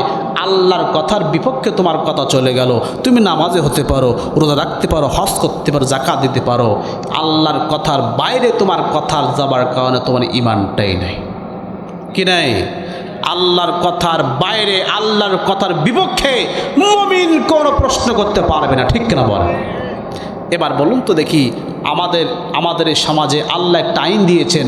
আইনটা হলো, আমার বাবা যে সম্পত্তি রাখবে, এই সম্পত্তির হকদার যেমন আমি, আমার ভাই সম্পত্তির হকদার হয়, আমার বোন মনে হয় না। হয়। আমার ভাই পায় মনে হয় বোন পায় না, এই এলাকায় পায়। তাহলে বোঝা গেল বোনও পায় ভাইও পায়, কিন্তু ভাইকে আমরা দিই কিন্তু বোনকে দিতে চাই না। আছে না নাই? এই এলাকায় থাকতে নাও পারে, কিন্তু আমার এলাকায় আছে নামাজি, নামাজ পড়ে 5 ওয়াক্ত, ও সুযোগ পাইলে তাহাজ্জুদ পড়ে, ও মাঝে মাঝে কাবার গেলাপ ধরি কাঁদে, কিন্তু বোনকে ফাঁকি দেয়, মেয়েকে ফাঁকি দেয়। এইরকম কিছু নরপিশাচ আমাদের সমাজে আছে না নয়? আসতে বলবেন না, আছে না নাই? সম্পত্তি দাও। এরা আবার মাঝে মাঝে দেখবেন বলে, আমি নিজে কানে শুনেছি, বলে ভাই হিন্দুদের আইনটা কত ভালো, বোনদের দেওয়া লাগে না। আবার দেখবেন যাদের 2টা মেয়ে আছে বা 3টা মেয়ে আছে, কোনো ছেলে সন্তান নেই, এলাকার অনেক বদমাইশ মানুষ ফতোয়া দিয়ে দেয় বা কানপড়া দেয়, বা তার বউ কানপড়া দেয়, তুমি মরলে পরে তোমার সম্পত্তি ভাইপোরা সব পেয়ে যাবে, ভাইপোদের দিতে হবে না, 2 মেয়ে 3 মেয়ের নামে লিখে দাও। আছে না নাই? আসতে বলবেন না, আছে না নাই? এই আইন, এই কথা বলে কারণ হলো আল্লাহর এই আইন তার পছন্দ হয় না। কি হয় না? যে ব্যক্তি দেখবেন নামাজ পড়ে না, আপনি তাকে ডাকবেন ভাই নামাজে আসো, ও দেখবেন বলে ভাই নামাজ পড়তে পারছি না, এটা আমার ব্যর্থতা, নামাজ পড়া উচিত। বলে কি বলে না? বলে নামাজ পড়া লাগবে না বা নামাজ পড়ো না, এই কথা কিন্তু কেউ বলে না। বলে দেখবেন সামনে রমাদান মাস আসতেছে, মানুষকে বলা হয় ভাই রোজা রাখো না কেন, অনেক মানুষ বলে ভাই গ্যাস্ট্রিকের ব্যায়াম, গ্যাস্ট্রিকের ব্যায়াম হয়েছে, রাখতে পারতেছি না, রাখা উচিত। বলে কি বলে না? যে রাখে না সেও বলে রাখা উচিত, বা মন থেকে সে বলে যে রাখা উচিত, কিন্তু রাখতে পারতেছে না।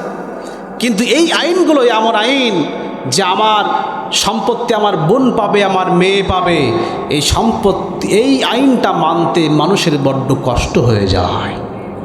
দেখবেন আমাদের সমাজে যে বোন নিজের বাবার বাড়ির সম্পত্তি আনার চেষ্টা করে, ভালো করে বুঝবেন, আপনাদের এলাকার মহিলারা ভালো, কিন্তু আমার এলাকায় আমি মহিলার কথা বলছি, যে বোন নিজের বাবার সম্পত্তি আনতে যে ভাইদের সাথে ঝগড়া করে মেম্বার চেয়ারম্যান এক জায়গায় করে ফেলে, ওই একই বোন নিজের স্বামীর বোন ননদকে সম্পত্তি দেবে না বলে স্বামীকে চাপ দেয়। আছে না নাই? আসতে বলবে না, আছে না নাই? নিজের বেলায় 16 আনা আর লোকের বেলায় সব ফাঁকা ফাঁকা। কথা কান না কেন? ইসলাম এই আইন সমর্থন করে না। ইসলামের আইনের বাইরে কোনো আইন করলে, কোনো কথা বললে ঈমান থাকবে না। কি থাকবে না? ঈমান থাকবে না। এবার বলুন, দুনিয়ার জমিনটা আল্লাহর, আইন চলবে তার। আল্লাহ বলছেন ইনিল হুকম ইল্লা লিল্লাহ, আইন চলবে আল্লাহর। কোনো মানুষ যদি বলে আমি আল্লাহর আইন বিশ্বাস করি না, ওর কি ঈমান থাকবে? থাকবে। আমাদের সমাজে দেখবেন কিছু মানুষ বলে যে শরীয় আইন আমরা বিশ্বাস করি না। আছে না নাই? একদল বলে শরীয় আইন বিশ্বাস করি না। যে ব্যক্তি বলবে শরীয় আইন বিশ্বাস করি না, এ ব্যক্তি তো কাফের, এ ব্যক্তির দলকে যারা মানবে তারাও কাফের। ঠিক কিনা বলেন?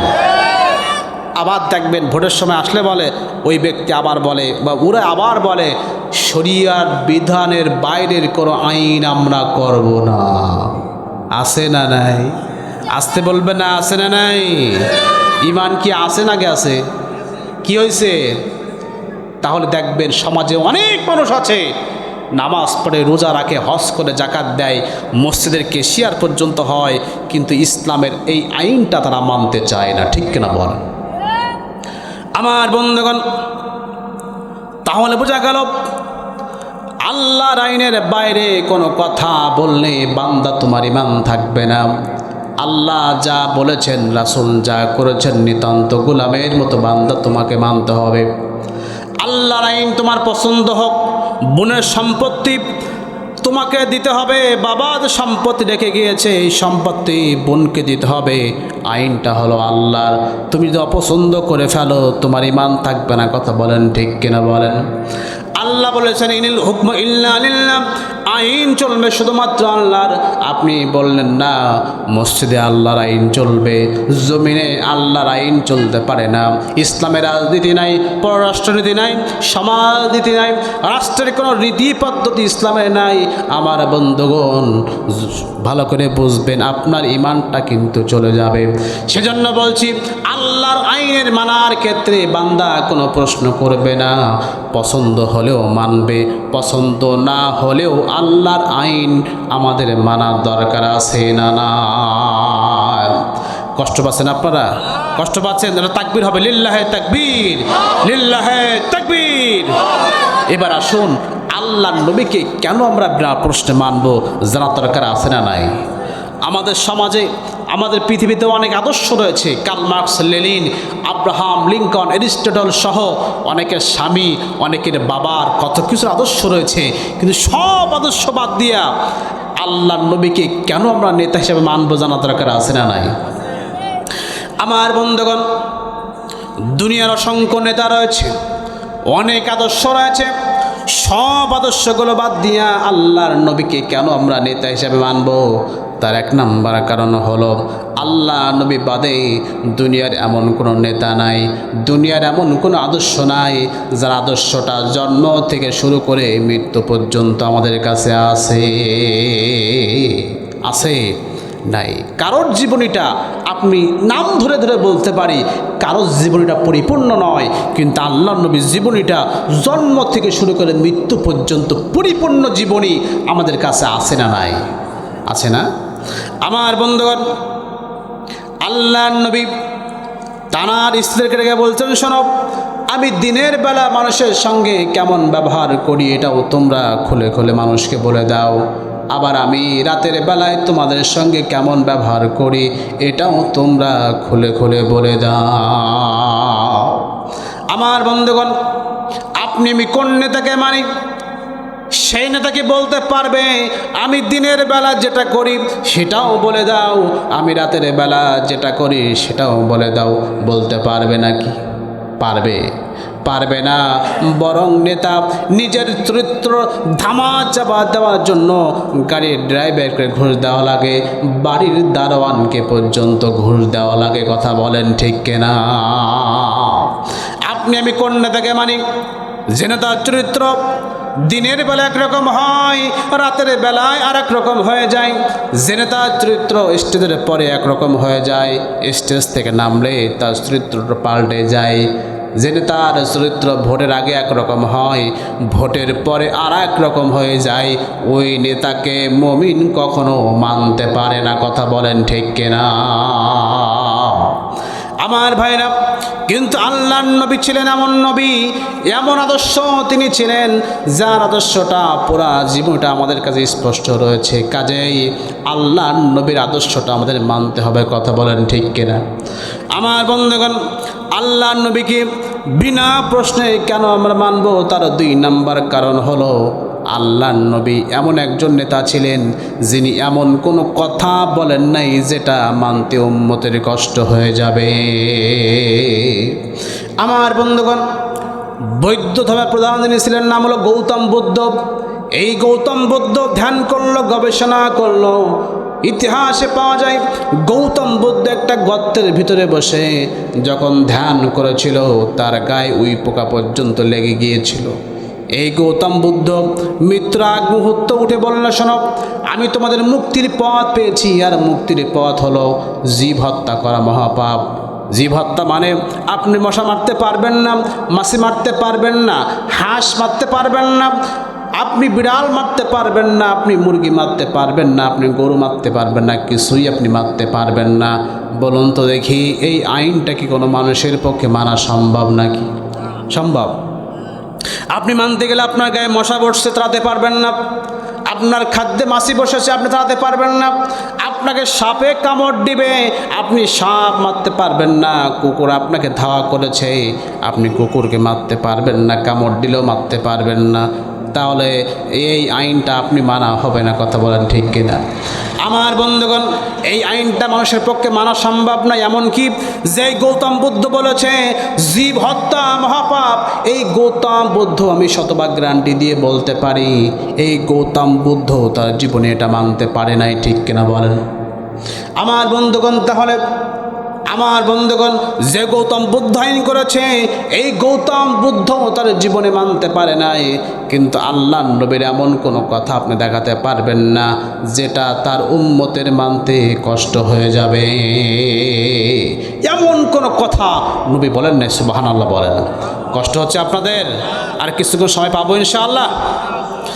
আমার বন্ধুগণ, আল্লাহ নবীকে বিনা প্রশ্নে কেন আমরা মানব? তার 3 নাম্বার কারণ হলো, আল্লাহ নবী তার জিন্দিগিতে কখনো তিনি মিথ্যা কথা বলে নাই। মিথ্যা কথা বলে না এমন নেতা মনে হয় আমাদের প্রত্যেকটা এলাকায় আছে। মিথ্যা ছাড়া নেতা হওয়া যায় না। একজন আমাকে বলছে, হুজুর বর্তমান নেতা হওয়ার মূল কৌশল কি জানেন? আমি বললাম কি? তা বলছে মিথ্যা কথা বলা। কি কথা বলা? 10 টাকা বললাম চাউল দেবো, ভোটের পর আর ফস করলো না। আছে না নাই? 10 টাকা চাল খাইছেন আপনারা? খাইছি, কিছু কিছু মানুষ খাইছি। এমন মানুষ খাইছি যে মানুষ ভোটের আগে মারা গেছে। কথা কন না কেন? এমন মানুষ খাইছি যে মানুষ খাওয়ার যোগ্য নয়। মানুষ দেখে দেখে বেছে বেছে 10 টাকা চাউল কিছু মানুষ খাইছে। এলাকায় ভোটার হলো মনে করেন 1600, একটা ওয়ার্ডে 1600 ভোটার, বা একটা ওয়ার্ডে আপনি ধরেন 5 থেকে 700 বাড়ি, পাইছে মাত্র 10 জন, ঠিক কিনা বলেন? তো 10 জনের মধ্যে 2-1 জন মারাও গেছে, তারাও পাইছে। আবার এমন লোক পাইছি, এমন লোক পাইছি তাদের দলের বাইরের কোনো লোক পায়নি। এই 10 টাকা চাউল খাওয়াইয়া 17 বছর যন্ত্রণা দিয়ে গেল। আবার আরও যন্ত্রণা সামনে আসতেছে। 10 টাকার জাল চাল যেমন পায় নাই, বর্তমানে 10 টাকার মতো অনেকে দিতে যাচ্ছে, এটাও পাবেন না, বরং চেপে বসবে, ঠিক কিনা বল? সম্ভব নয়, এগুলো লালসা। কিন্তু ইসলামী নেতারা কখনো মিথ্যা কথা বলতে পারে না, ঠিক কিনা বল? যা বলে তাই দিতে হবে। আমার বন্ধুগণ আমাকে একদিন বলছে, হুজুর আপনাদের মতো হুজুররা যারা নেতা আছে, এদের দাওয়াত করে কোনো লাভ নেই। আমি বললাম কেমন লাভ নেই? তা বলছে আমি এক হুজুরকে দাওয়াত করলাম। হুজুরকে বললাম, তিনি তখন এমপি ছিলেন সেই সময়। তিনি বলছেন, শোনো তুমি মাইকে হুজুরকে বলছো, হুজুর আপনি একটু বলবেন, কি দিবেন একটু বলবেন আপনি। হুজুর বলছে আমি সব বলতে পারবো না। কেন বলতে পারবো না? তা আমি যদি এখন বলি আর না দিতে পারি তাহলে এটা মুনাফিকি হয়ে যাবে, বরং আমি চেষ্টা করব, তো মাইকে বলতে পারবো না। বলছে হুজুর পরের বছর আরেকজনকে দাওয়াত দিয়েছিলাম, সে আমাদের 1 লক্ষ টাকা দিতে চাইছিল। আমি বললাম কি 1 লক্ষ টাকা দিয়েছিল? বলছে হুজুর সেখান থেকে দিকে ওটা আসেও নাই। তাহলে ইসলামিক যারা নেতা হবে তারা কখনো মিথ্যা কথা বলতে পারবে? আমার বন্ধুগণ, আল্লাহ নবী তার জীবনে কখনো মিথ্যা কথা বলে নাই। আল্লাহ নবী যা বলেছেন সত্য কথা বলেছেন। আমার বন্ধুগণ, আল্লাহ নবীর সবচাইতে কাছের দুশমনের নাম হলো আবু জাহাল। এই আবু জাহাল আল্লাহ নবীর সবচাইতে কাছের দুশমন ছিল। এই আবু জাহাল এবং তার সঙ্গে একদিন রাস্তা দিয়ে যাইতেছে, এমন সময় সঙ্গী ডেকে বলছে, শোন আবু জাহাল, যে মোহাম্মদ আমাদের সামনে বড় হয়েছে, জন্মগ্রহণ করেছে, বড় হয়েছে, যাকে আমরা নাম দিলাম as-Sadiq, আল-Amin উপাধি দিয়েছি, এই মোহাম্মদ নতুন একটা ধর্ম যখন প্রচার করেছে আমরা তাকে মারার চেষ্টা করছি, দুনিয়ার জমিন থেকে বিদায় করার চেষ্টা করছি। রে আবু জাহাল, ওরে আবু জাহাল, এই মোহাম্মদ সম্পর্কে তোমার দৃষ্টিভঙ্গি কি জানতে চাই। আবু জাহাল সামনে তাকায়, আবু জাহাল পিছনে তাকায়, আবু জাহাল ডাইনে তাকায়, বাঁয়ে তাকায়, আশেপাশে কেউ নাই। এবার বলতে শোনো ওরে আমার চামচারে, আমি জানি আমার ভাতিজা হলো সত্য নবী। আমার বন্ধুগণ, চামচা বলছে শোনো, তুমি যেহেতু জানো তোমার ভাতিজা সত্য নবী মুহাম্মদ যে ধর্মের কথা বলছে, ধর্মের কথা সত্য বলছে, তাহলে চলো ওই মুহাম্মাদের হাতে হাত রেখে কালেমা পড়ে মুসলমান হয়ে যায়। আবু জাহাল বলছে চামচারে শোনো, আমি জানি আমার ভাতিজা সত্য নবী, কিন্তু মানতে পারবো না। তার কারণ হলো মানলে পরে আমার সিয়ার থাকবে না। আজও পৃথিবীর জমিনে অনেক মানুষ আছে, তারা বলেন আমি ইসলাম মানি, ইসলাম বুঝি, সব কিছু বোঝার পরেও আপনি দাওয়াত দিবেন মাহফিলের স্টেজে, তারা এসে বলে হুজুররা কি জানে, হুজুর যে সেইটা আমরা ভালো জানি। আসতে বলবে না, আসে না নাই, বলে কি বলে না? আমার বন্ধুগণ, তারা বলে হুজুররা কি জানে, হুজুরদের চাইতে আমরা জানি। তাহলে তারা বুঝে ইসলাম সত্য বলে, হুজুররা সত্য বলে, এই ধর্ম সত্য বলে, কিন্তু সব কিছু জানার পরেও তারা মানে না। তার কারণ হলো তারা জানে মানলে আমাদের সিয়ার থাকবে না। আবু জাহাল সে জানে ক্ষমতায় ছিল, কিন্তু ক্ষমতায় টিকতে পারে নাই। হাসিনা জেনেও ক্ষমতায় ছিল, হাসিনাও ক্ষমতায় থাকতে পারে নাই। আগামীতেও যারা জেনে ক্ষমতায় যাবে, ইসলাম মানবে না, তারাও কিন্তু আগামীতেও তারা ক্ষমতায় টিকে থাকতে পারবে না।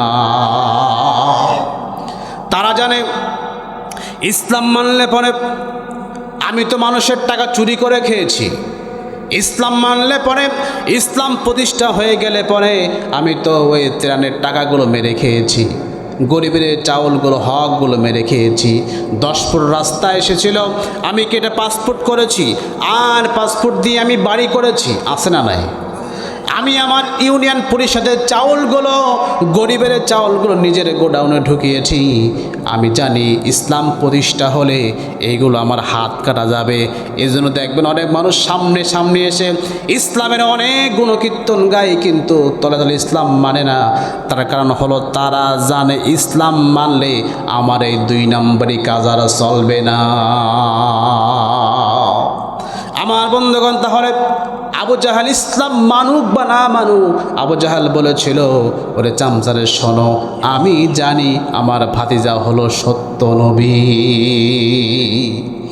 আমার বন্ধুগণ, আল্লাহর নবী মক্কা থেকে যখন মদিনা হিজরত করে চলে যাবেন, এমন সময় আবু বকরকে নিয়ে যখন নবীজি বাহির হয়েছেন, এমন সময় মক্কার জমিনে এলহান হয়ে গেল, মুহাম্মাদকে যে মারতে পারবে, মুহাম্মাদকে যে হত্যা করতে পারবে, তাকে 100 লাল উট দেওয়া হবে। কতটা লাল উট? 100 লাল উট দেওয়া হবে। আমার বন্ধুগণ, মক্কার সব মানুষ, সব মাত্রার মক্কার সব যুবকগুলো ঘোড়া নিয়ে, তরবারি নিয়ে, অস্ত্র নিয়ে আল্লাহর নবীকে মারার জন্য যখন বাহির হয়েছে, আল্লাহর নবী রাস্তা দিয়ে যাচ্ছে, এমন সময় এক যুবক, তার নাম হলো সুরাকা। এই সুরাকা আল্লাহর নবীকে রাস্তার ভিতরে পেয়ে আল্লাহর নবীকে যখন মারার জন্য যখন তরবারি উঁচু করেছে, আল্লাহর হুকুমে সুরাকা তার পাটা মাটিতে ডেবে গিয়েছে। সুবহানাল্লাহ বলেন। আমার বন্ধুগণ, সুরাকা বুঝতে পারল এ হলো মুহাম্মদ আল্লাহর নবী, একে মারা যাবে না। সুরাকা বলল, মুহাম্মদ রে, আমাকে তুমি মাফ করে দাও, আমি তোমাকে মারবো না, চলে যাব। নবীজি বললেন, যা সুরাকা, আমি তোকে মাফ করলাম। সুবহানাল্লাহ বলেন। আমার বন্ধুগণ, সুরাকা উঠলো, উঠে চিন্তা করলো, হয়নি মুহাম্মদ আমার সামনে রয়েছে, মারতে পারলে পরে 100 উট দেওয়া হবে। আর একটা বারে চেষ্টা করি। সুরাকা আবার দ্বিতীয়বার যখন চেষ্টা করেছে, সুরাকা আবারও মাটিতে ডেবে গিয়েছে। আবারও বলছে, মুহাম্মদ রে, আমাকে মাফ করে দাও, আমি তোমাকে মারবো না, এখান থেকে আমি চলে যাব। আমার বন্ধুগণ, আল্লাহর নবী দ্বিতীয়বার আবার মাফ করলেন। সুরাকা আবার উঠলেন, ওঠার পরে চিন্তা করলো, মুহাম্মদ আমার সামনে রয়েছে, মারতে পারলে পরে 100 লাল উট দেওয়া হবে। লোভ আছে না নাই? লোভ আছে না নাই? সুরাকা তৃতীয়বার যখন আবার মারার জন্য চেষ্টা করেছে, সুরাকা তারা পা সহ আবার যখন মাটিতে ডেবে গিয়েছে, সুরাকা এবারে সিদ্ধান্ত নিল, মুহাম্মদকে আমি আর মারবো না। ওরে মুহাম্মদ রে, মাফ করে দাও। আমার বন্ধুগণ, আমাদের সমাজে কেউ যদি আমাকে একটা গালি দেয়, ওকে 10টা গালি না দেওয়া পর্যন্ত আমার মন ঠান্ডা হয় না, ঠিক না বলেন? কেউ যদি আমাকে একটি থাপড় দেয়, ওকে অন্তত পাটা খোঁড়া না করে দেওয়া পর্যন্ত আমার মন ঠান্ডা হয় না, ঠিক না বলেন? কিন্তু আল্লাহর নবীকে 3 বার হত্যা চেষ্টা করার পরেও আল্লাহর নবী সুরাকাকে বললেন, যা সুরাকা, আমি তোকে মাফ করলাম। সুবহানাল্লাহ বলেন। আমার বন্ধুগণ, সুরাকা এবার উঠলো, উঠার পরে বলছে, মুহাম্মদ রে, আমি তোমাকে মারলে পরে 100 উট আমি উপহার পাইতাম, কিন্তু সুরাকা রে, মুহাম্মদ রে, আমি যে তোমাকে মারলাম না, এর বিনিময়ে তুমি আমাকে কি দিবা? এর বিনিময়ে তুমি আমাকে কি দেবা? মারলে পরে 100 উট পাইতাম, মারি নাই, এই জন্য তুমি আমাকে কি দিবা?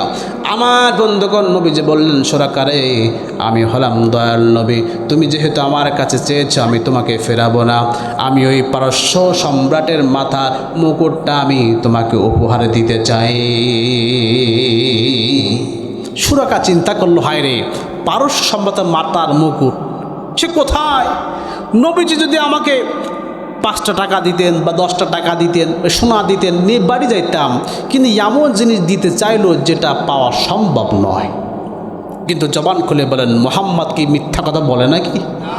আমি যদি হুজুরকে বলি যে আগামীকাল আপনাকে নিয়ে যাব আমেরিকায়, ডোনাল্ড ট্রাম্প পৃথিবীর সবচেয়ে ক্ষমতাধর ব্যক্তি, ট্রাম্প যে বাড়িতে শোয়, যে ঘরে ঘুমায়, ওই ঘরে আপনাকে ঘুমাতে দেব, বলুন তো দেখি হুজুর কি আমার কথা বিশ্বাস করবে নাকি?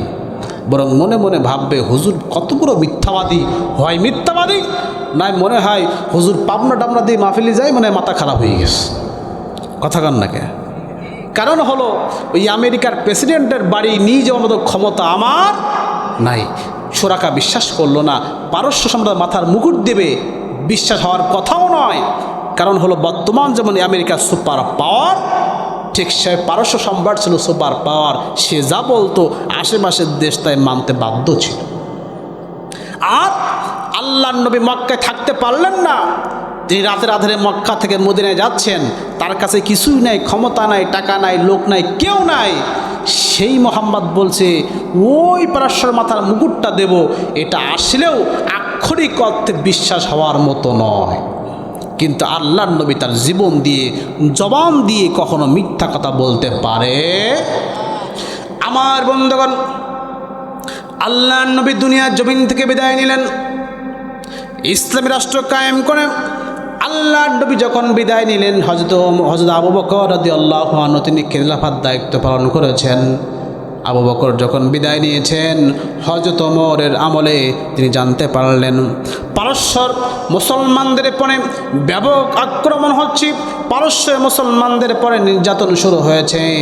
আমার বন্ধুগণ, হযরত ওমর এই আক্রমণ থেকে মুসলমানদেরকে রক্ষা করার জন্য তিনি যখন সেনাবাহিনী পাঠিয়ে দিয়েছেন, পারস্য সাম্রাজ্যটা আল্লাহ মুসলমানদের হাতে তুলে দিয়েছেন। হযরত ওমরের সামনে যুদ্ধলব্ধ গনিমতের মালগুলো বিছানো রয়েছে, টাকাগুলো রয়েছে, সম্পত্তিগুলো রয়েছে, সোনাগুলো রয়েছে, মুক্তাগুলো রয়েছে, সব রয়েছে। হযরত ওমর জন্য কি খুঁজতেছেন? হযরত ওমর একজনকে পাঠালেন, পারস্য সম্রাটের মাথার মুকুটটা নিয়ে আসো। একজন মাথার মুকুট নিয়ে আসলো, আর একজনকে পাঠালো, যাও ওই সোরাকাকে তুমি ডেকে নিয়ে আসো। বৃদ্ধ সোরাকা হাঁটতে পারে না। বৃদ্ধ মানুষ যখন আল্লাহ নবীর সাহাবী, ইসলামের দ্বিতীয় খলিফা ওমরের সামনে যখন আসলেন, হযরত ওমর নিজ হাতে সোরাকার মাথায় পারস্য সম্রাটের মাথার মুকুটটা পরিয়ে দিলেন, আর বললেন, সোরাকারে, সেদিন তোমার বিশ্বাস হয় নাই, মনে হয়েছিল মোহাম্মদ মনে হয় মিথ্যা কথা বলেছে, মিথ্যা ওয়াদা করেছে, কিন্তু না, শুনে রেখে দাও, আমার নবীজি কখনোই মিথ্যা কথা বলে না। আপনার আমাদের মনে হয়, মনে মনে একটু ভয় হয় যে আমরা মনে হয় ছোট্ট একটা মুসলমানের দেশ, আর পাশে কত বড় একটা ভারত দেশ, আমাদের মনে হয় গিলি খেয়ে ফেলা হবে। ভয় হয় কি হয় না? কিন্তু নবীজি বলেছে না, মুসলমানদের ভারত গেলবে না, বরং মুসলমানরা ভারত গেলবে। ঠিক কিনা বলেন? নবীজি বলেছেন একটা যুদ্ধ হবে, যে যুদ্ধে একেবারে হিন্দুস্তান খণ্ড খণ্ড হয়ে যাবে। এজন্য ভয় করার কোনো কারণ নাই, বরং মনে রাখবেন, অনেকে মনে হতে পারে যে অমুক লোক যদি ইসলাম ক্ষমতা আসে তাহলে ভারত মনে হয় আক্রমণ করে দেশটা নিয়ে নেবে, অত সোজা হবে না। বরং মনে রাখবেন, ইসলাম একদিন বিশ্ব জয় করবে। ঠিক কিনা বলেন? এই জন্য ভয় পাওয়ার কোনো কারণ আছে? আর তাহলে আল্লাহর নবী তার জীবনে কোনো মিথ্যা কথা বলেন নাই? তাহলে বলুন তো দেখি, নেতা মানতে হলে সেই মুহাম্মদ রাসূলুল্লাহ সাল্লাল্লাহু আলাইহি ওয়াসাল্লামকে নেতা মানার দরকার আছে না নয়? আমার বন্ধুগণ, রাত গভীর হয়েছে, সামনে গভীর। আল্লাহর নবীকে বিনা প্রশ্নে কেন আমরা মানব? তার অন্যতম কারণ হলো আল্লাহর নবী নেতা কর্মীদের মাঝে সমতা বাস্তবায়ন করেছিলেন। এটা মনে হয় বুঝেন না অনেকটা। অর্থাৎ হলো নেতারা যা পাবে কর্মীরা তাই পাবে। নেতা থাকবে 10 তলায় আর কর্মী থাকবে গাছতলায়, এটা কখনো ইসলামী নেতার আদর্শ হতে পারে না। ঠিক কিনা বলেন? পারে। একটা জিনিস ভালো করে বুঝবেন। আমি এলাকার একটা গল্প বলি আপনাদেরকে। আমার এলাকায় এক একটা ইফতার মাহফিল হতো বিগত সময়। ইফতার মাহফিল দেখতাম বিশাল প্যান্ডেল, রমাদান মাসে হবে, ইফতারি করবে সবাই। এই প্যান্ডেলে দেখতাম 3টা ভাগ করা হতো। কয়টা ভাগ? 3টা ভাগ। এক ভাগ কাপড় দিয়ে ঘেরা, আর এক ভাগ ঘেরা, সামনে বিশাল জায়গা। দেখলাম ওই যে এক ভাগ ঘেরা, এই ভাগে আছে ডাবের পানি, আঙ্গুর আছে, আপেল আছে, বেদানা আছে, লেবু আছে, এইগুলো এক পাশে রয়েছে। এইখানে বসবে কারা? এই সাতক্ষীরা জেলার যারা বড় বড় নেতা, বিশাল বড় বড় নেতা, হোমরা সোমরা, তারা ওই পাশে বসবে। ওই আপেল খাবে, আঙ্গুর খাবে, ডাবের পানি খাবে। আর এই পাশে আর একটা জায়গা ঘেরা, দেখলাম সেখানে লাল পানি আছে, মানে ওই যে আপনার শরবতের পানি। আবার দেখলাম পেঁয়াজু আছে, একটু মুড়ি আছে, ছোলা আছে, সিংড়া আছে, সমুসা আছে, এইগুলো আছে এক পাশে। এখানে বসবে কারা? দেখলাম এলাকায় মায়ে তাড়ানো, বাপে খাদানো, চাল ছিল ঠিক নেই। যাকে বলা হয় কি নেতা? পাতি নেতা। কি বলা হয়? পাতি নেতা আছে না নাই? আগেও ছিল কি ছিল না? এ পাতি নেতাদের বাড়তে দিবেন না, ঠিক না বলেন? এই পাতি নেতা এক পাশে বসছে, সামনে বিশাল জায়গা, সেখানে বসছে অনুসারীরা। অনুসারীদের পাতে আছে খিচুড়ি। কি আছে? খিচুড়ি। কারোর প্লেটে খিচুড়ি আছে 2 মুঠা, কারোর প্লেটে নাই, মানে কুলাই নাই। আবার অনেকে পানি পাইছে, অনেক অভিযোগ, হুজুর ইফতারি করবো, পানিটুকু পাই নাই। তা আমি বললাম, শোনো, সামান্য একটা প্যান্ডেলের ভিতরে প্রিয়ার পানি, আর তোমাদের নেতারা খেলো ডাবের পানি, আঙ্গুর, নেশপতি, বেদনা, তোমাদের সামনে রেখে খেলো। এই বৈষম্য তোমাদের সামনে রেখে করলো। তোমার কি একবার মনে হলো না এই নেতা ক্ষমতা যাওয়ার পরে তোমাকে না দেশ বিক্রি করে খাবে, একবার পিছপা হবে না, ঠিক কিনা বলে? আহা, কিন্তু আমরা বুঝি না, আমরা খুব আনন্দ পাই। নেতারা সব খেয়ে আমাদেরকে আটি চাটতি দেয়, আমরা খুব আনন্দ পাই। কথা কান না কেন? কিন্তু ইসলাম বলেছে না, রসুল আদর্শ এটা ছিল না। আদর্শ ছিল কর্মীরা যা খাবে নেতা তা খাবে, ঠিক কিনা বলেন? সম্মানের জায়গা নেতাও পড়ে, কিন্তু পাওয়ার ক্ষেত্রে নেতা যা পাবে কর্মীরা তাই পাবে, ঠিক কিনা বলেন? তাকেই দেখুন, হযরত ওমর জুমার নামাজ পড়াচ্ছেন। জুমার নামাজের সবাই ঘটনা জানি আমরা। পাঞ্জাবি ঝুল হয়ে গেছে লম্বা। একজন বলেছে লম্বা হয়েছে কেন? আছে না নাই? আছে না? আহা, কিন্তু আমাদের সময় দেখবেন আমাদের নেতাগুলো আঙ্গুল ফুলে কলা গাছ হয়। কিছু খাবার নাই, দাবার নাই, বাড়ি সাইকেল মিস্ত্রি করে খায়। ও এখন নেতা হয়েছে 2 বছর 5 বছর পর দেখা গেল ওরে বাবা ও 100 বিঘা সম্পত্তির মালিক। আছে না নাই? হয়েছে না এমনটা? এইরকম পাতি নেতা আমরা দেখতে চাই না, ঠিক না বলেন? আমরা দেখব সমাজে যারা সেবক হবে, সেবকদের ক্ষমতায়ন করব। কোনো পাতি নেতাদের আশ্রয় বাংলার জমিন আর হবে না, ঠিক না বলেন? তাহলে আল্লাহর নবী এমন একজন আদর্শ ছিলেন, এমন একজন নেতা ছিলেন যে নেতা এবং কর্মীদের মাঝে সমতা বাস্তবায়ন করেছিলেন। সুবহানাল্লাহ। আমার বন্ধুগণ, এবার আসুন আল্লাহর নবীকে সাহাবেরা কেমনভাবে মানতেন আর আমরা কেমনভাবে মানি। আমরা তো আল্লাহর নবীকে মানি, কিন্তু যেখানে একটু ভালো লাগে, নিজের পছন্দ হয় সেখানে মানি। মিষ্টি খাওয়া সুন্নাহ আমরা মানি, কিন্তু দাঁত ভাঙা সুন্নাহ সেটা আমরা মানতে চাই না, ঠিক কিনা বলেন? আমার বন্ধুগণ, আল্লাহর নবীকে সাহাবেরা কেমন মানতেন আসুন আমরা একটু সামনে এগিয়ে যাই। আল্লাহর নবী মদিনার দিকে একজন ইহুদির কাছ থেকে কিছু টাকা তিনি ধার নিয়েছিলেন, অর্থ ধার নিয়েছিলেন। নবীজি যে সময় টাকা দেওয়ার কথা ছিল, আল্লাহ নবীজি সময় মতো টাকাটা পরিশোধ করে দিয়েছিলেন। কিন্তু দুষ্ট ইহুদি আল্লাহ নবীকে বিপদে ফেলানোর জন্য রাস্তার ভিতরে একা পেয়ে বলছে, মুহাম্মদ রে, তুমি যে আমার কাছ থেকে টাকা নিয়েছিলে, টাকাটা তুমি আমাকে ফেরত দিয়ে দাও। নবীজি বলছে দিয়েছি, ইহুদি বলছে না দেওয়া নাই। নবীজি বলছে দিয়েছি, ইহুদি বলছে দেওয়া নাই। আল্লাহ নবী এবং ইহুদি যখন কথা বলছেন, পাশে দাঁড়িয়ে একজন নবমুসলিম সাহাবী কথাগুলো শুনতেছেন। এই তো কয়েকদিন আগে মাত্র আল্লাহ নবী হাতে হাত রেখে কালেমা পড়ে সাহাবীটা মুসলমান হয়েছে। আমার বন্ধুগণ, এবার চতুর ইহুদি আল্লাহ নবীকে বিপদে ফেলানোর জন্য বলছে, মুহাম্মদ রে শোনো, তুমি যে আমাকে টাকা নিয়ে আবার টাকা দিয়েছো, টাকা পরিশোধ করেছ, এই মর্মে একজন সাক্ষী হাজির করতে পারলে পরে আমি আমার টাকার দাবি ছেড়ে দেবো, টাকা চাইব না। নবী ইতস্তবোধ করলেন, একটু বিস্মৃত হয়ে গেল। তার কারণ হলো আল্লাহর নবী যখন টাকা নিয়েছিলেন সেখানেও কেউ ছিল না, আবার যখন টাকা দিয়েছেন সেইখানেও কেউ ছিল না, সাক্ষী কোথায় পাবে? আমার বন্ধুগণ, এই যখন চিন্তা করতেছে আল্লাহর নবী, ওই যে পাশে দাঁড়িয়ে থাকা নব মুসলিম সাহাবী আল্লাহর নবীর এবং ওই ইহুদের সামনে এসে বলছে, নবীজি আপনি যে ইহুদির কাছ থেকে টাকা নিয়ে আবার টাকাটা সময় মতো পরিশোধ করে দিয়েছেন, আমি সাহাবী তার সাক্ষী হয়ে গেলাম। আমার বন্ধুগণ, নবীজি বলছে, সাহাবীরা আমি যখন টাকা নিয়েছিলাম সেখানেও তুমি ছিলে না, আবার যখন টাকাটা দিলাম সেখানেও তো তুমি ছিলে না। একটা অদেখা না দেখা বিষয়ের সাক্ষী তুমি কি করে হইলে জানতে চাই। সাহাবী এবার কাঁদতেছি আর বলছি, ইয়া রাসূলুল্লাহ, এই তো কয়েকদিন আগের কথা, আমি সবার মতো লাত মানাত উজ্জার পূজা করতাম। ওগো আল্লাহ রাসূল, নিজ হাতে মূর্তি বানাতাম, এই মূর্তির পূজা আমি আবার করতাম। ওগো আল্লাহ রাসূল, আপনি এক আল্লাহর দাওয়াত দিয়েছেন, দুনিয়ার যাতে পূজা করতাম লাত মানাত উজ্জা, এদেরকে অন্তত দেখা যাইতো, এরা ভুল হলেও অন্তত তাদের চোখে দেখা যাইতো, কিন্তু আপনি যে আল্লাহর দাওয়াত দিয়েছেন দুনিয়ার কোনো মানুষ সেই আল্লাহকে দেখে নাই, দেখছে নাকি? দেখে নাই। ওগো আল্লাহ রাসূল, আপনি আপনার জবান মোবারক দিয়ে বলেছেন বিশ্বাস করে নিয়েছি। আপনি বলেছেন ইসলাম গ্রহণ না করলে পরে আমাকে কবরে যাওয়ার পরে সাপ দংশন করবে, নতুন পুরাতন কোনো কবর খুঁড়ে সাপের অস্তিত্ব মেলানো যায় না।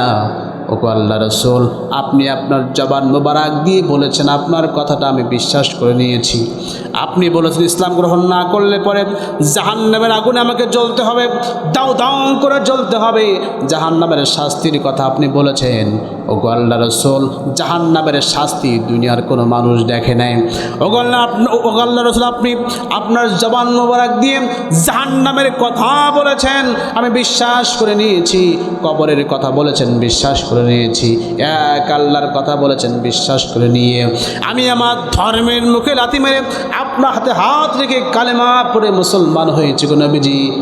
এই মুসলমান হওয়া শুধুমাত্র আপনার মুখের কথার পরে ভিত্তি করে। আর সেই জবান মুবারক দিয়ে আপনি বলতেছেন ইহুদির কাছ থেকে টাকা নিয়ে আবার টাকাটা ফেরত দিয়েছেন, আমি সাহাবী কেন বিশ্বাস করব না?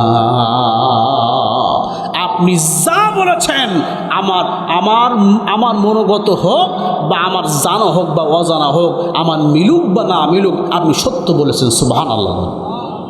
কিন্তু আল্লাহর নবীর প্রত্যেকটা কথা আমরা কি এভাবে মানতে পারি না? বরং চিন্তা করি, ফাঁক ফোকর খোঁজার, ঠিক কিনা বল? আমার বন্ধুগণ, আল্লাহর নবী জুমার নামাজ পড়াচ্ছেন, এমন সময় খুতবা দিচ্ছেন।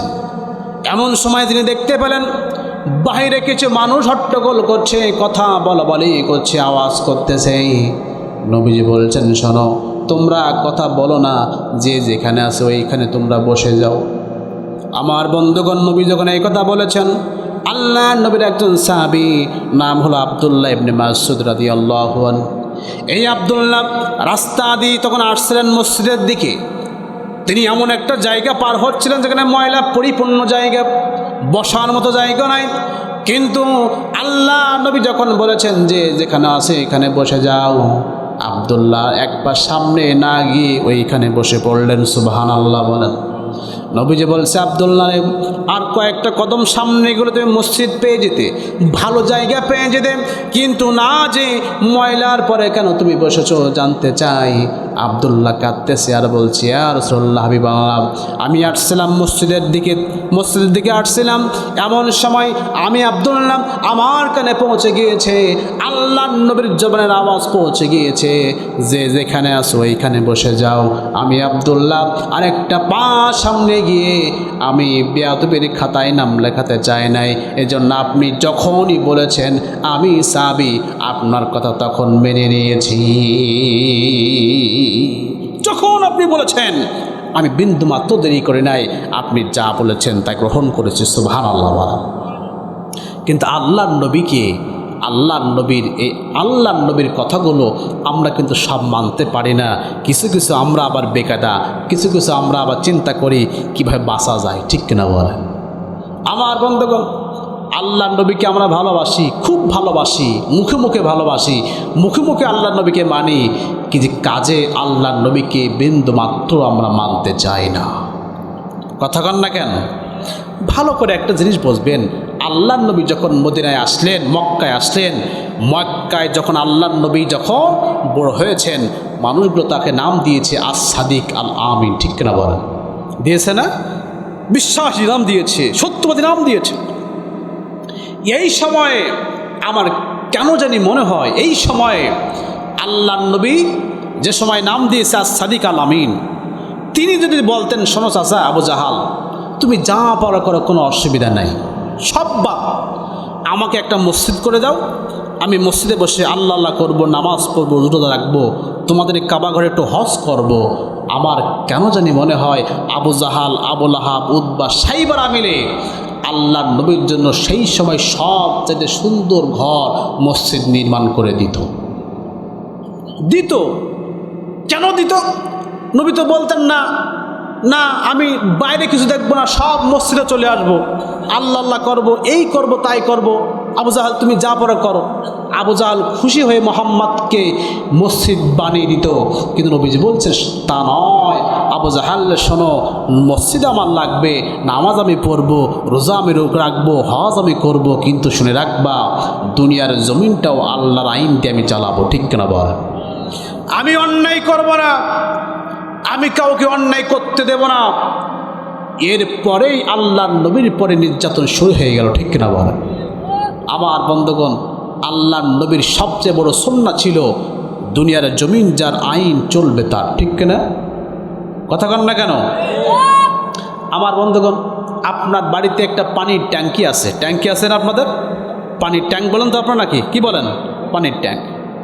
এই পানির ট্যাঙ্কে যদি একটা ইঁদুর মরে পচে পড়ে, একটা বিড়াল পড়ে গেল, মারা গেছে, পচে গেছে, পানি গন্ধ হয়ে গেছে, যদি কোনো মানুষ চিন্তা করে গন্ধ হয়েছে, ওই ট্যাঙ্কের থেকে একটা পাইপ আসে, পাইপ এসে তারপরে একটা ট্যাপ হয়, ট্যাপ দিয়ে পানি বের হয়, ঠিক কিনা বল?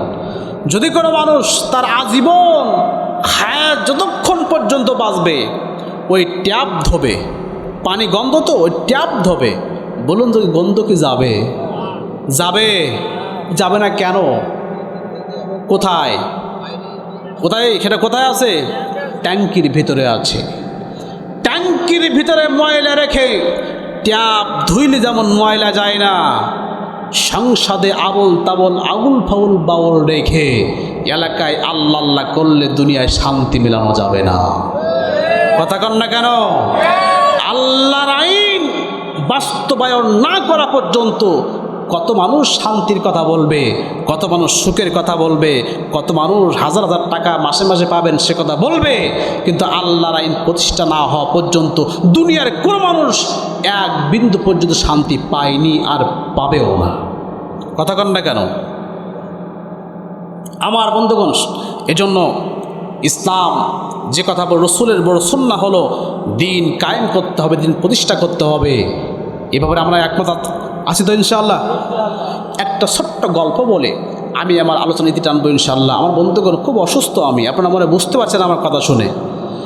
আমার বন্ধুগণ, এলাকার 6 জন মানুষ রাস্তা দিয়ে যাচ্ছে। কয়জন মানুষ? সর্বশেষ কথা কিন্তু এইটাই, কয়জন মানুষ? 6 জন মানুষ। প্রচণ্ড রোদ, জ্যৈষ্ঠ বৈশাখ বা আষাঢ় মাসে যাচ্ছে। এমন সময় চিন্তা করলো একটা ছায়া দরকার, বিশাল একটা গাছ দেখলো ছায়া আছে, গাছের নিচে বসে পড়লো 6 জন। দুপুর হয়েছে, খাবার দরকার। চিন্তা করলো কি করবো, আশেপাশে খাবার কিছু নাই, হোটেল নাই, বাড়ি নাই, কিচ্ছু নাই, খাইতে হবে। একজন হঠাৎ করে উপর দিয়ে চোখ দিয়ে তাকিয়ে দেখে যে গাছে বসে আছি, এখানে আল্লাহ রিজিক দিছে, এটা হলো জাম গাছ। এটা কি? কথা কেন কি গাছ? জাম গাছ। এখন জ্যৈষ্ঠ বা আষাঢ় মাসে জাম পেকে লাল হয়ে যায়, ঠিক কিনা? এখন চিন্তা করলো, সিদ্ধান্ত নিয়ে নিল যে এই জাম আমরা পারবো, জাম খাবো, দুপুরবেলা জাম ওতে একটু কাটিয়ে দেব।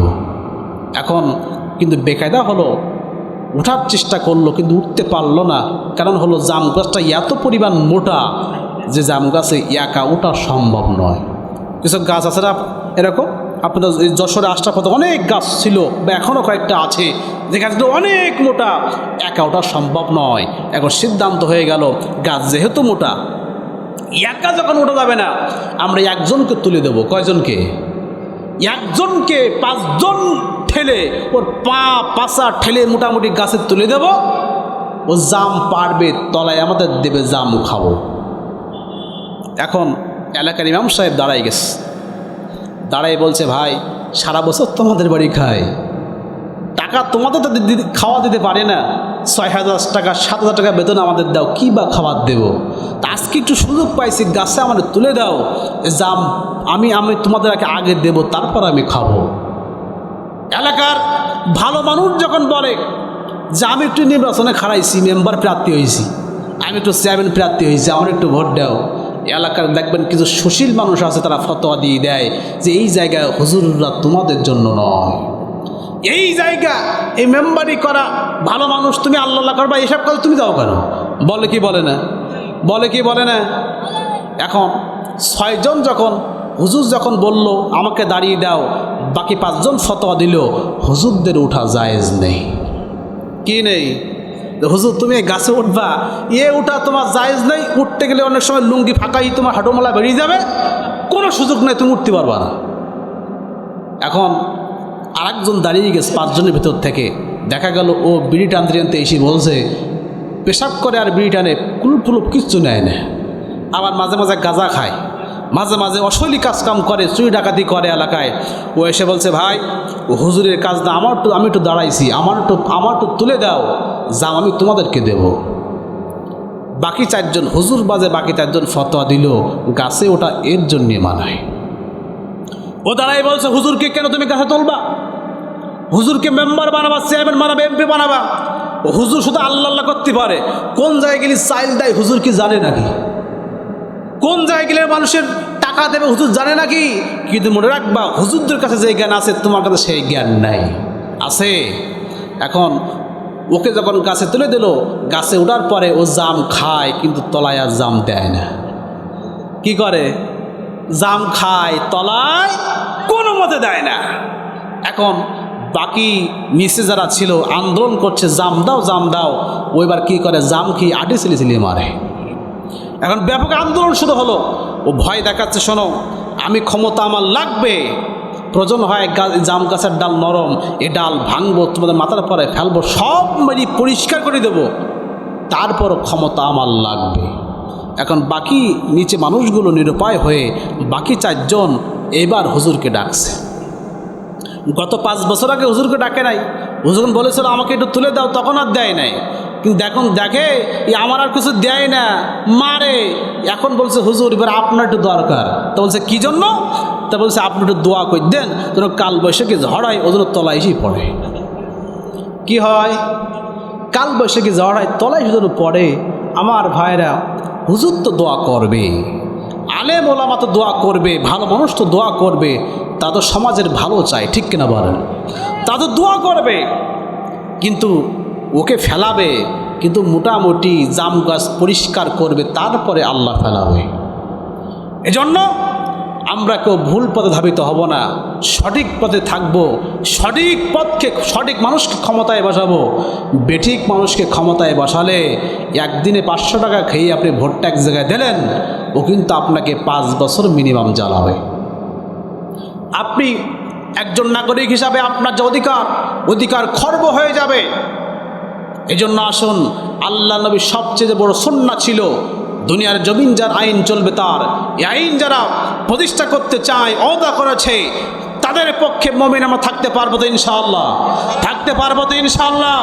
আমরা সেই নেতাকে মানব না যে নেতা ইসলাম মানবে না, এই নেতাকে মুমিন কখনো মানতে পারে?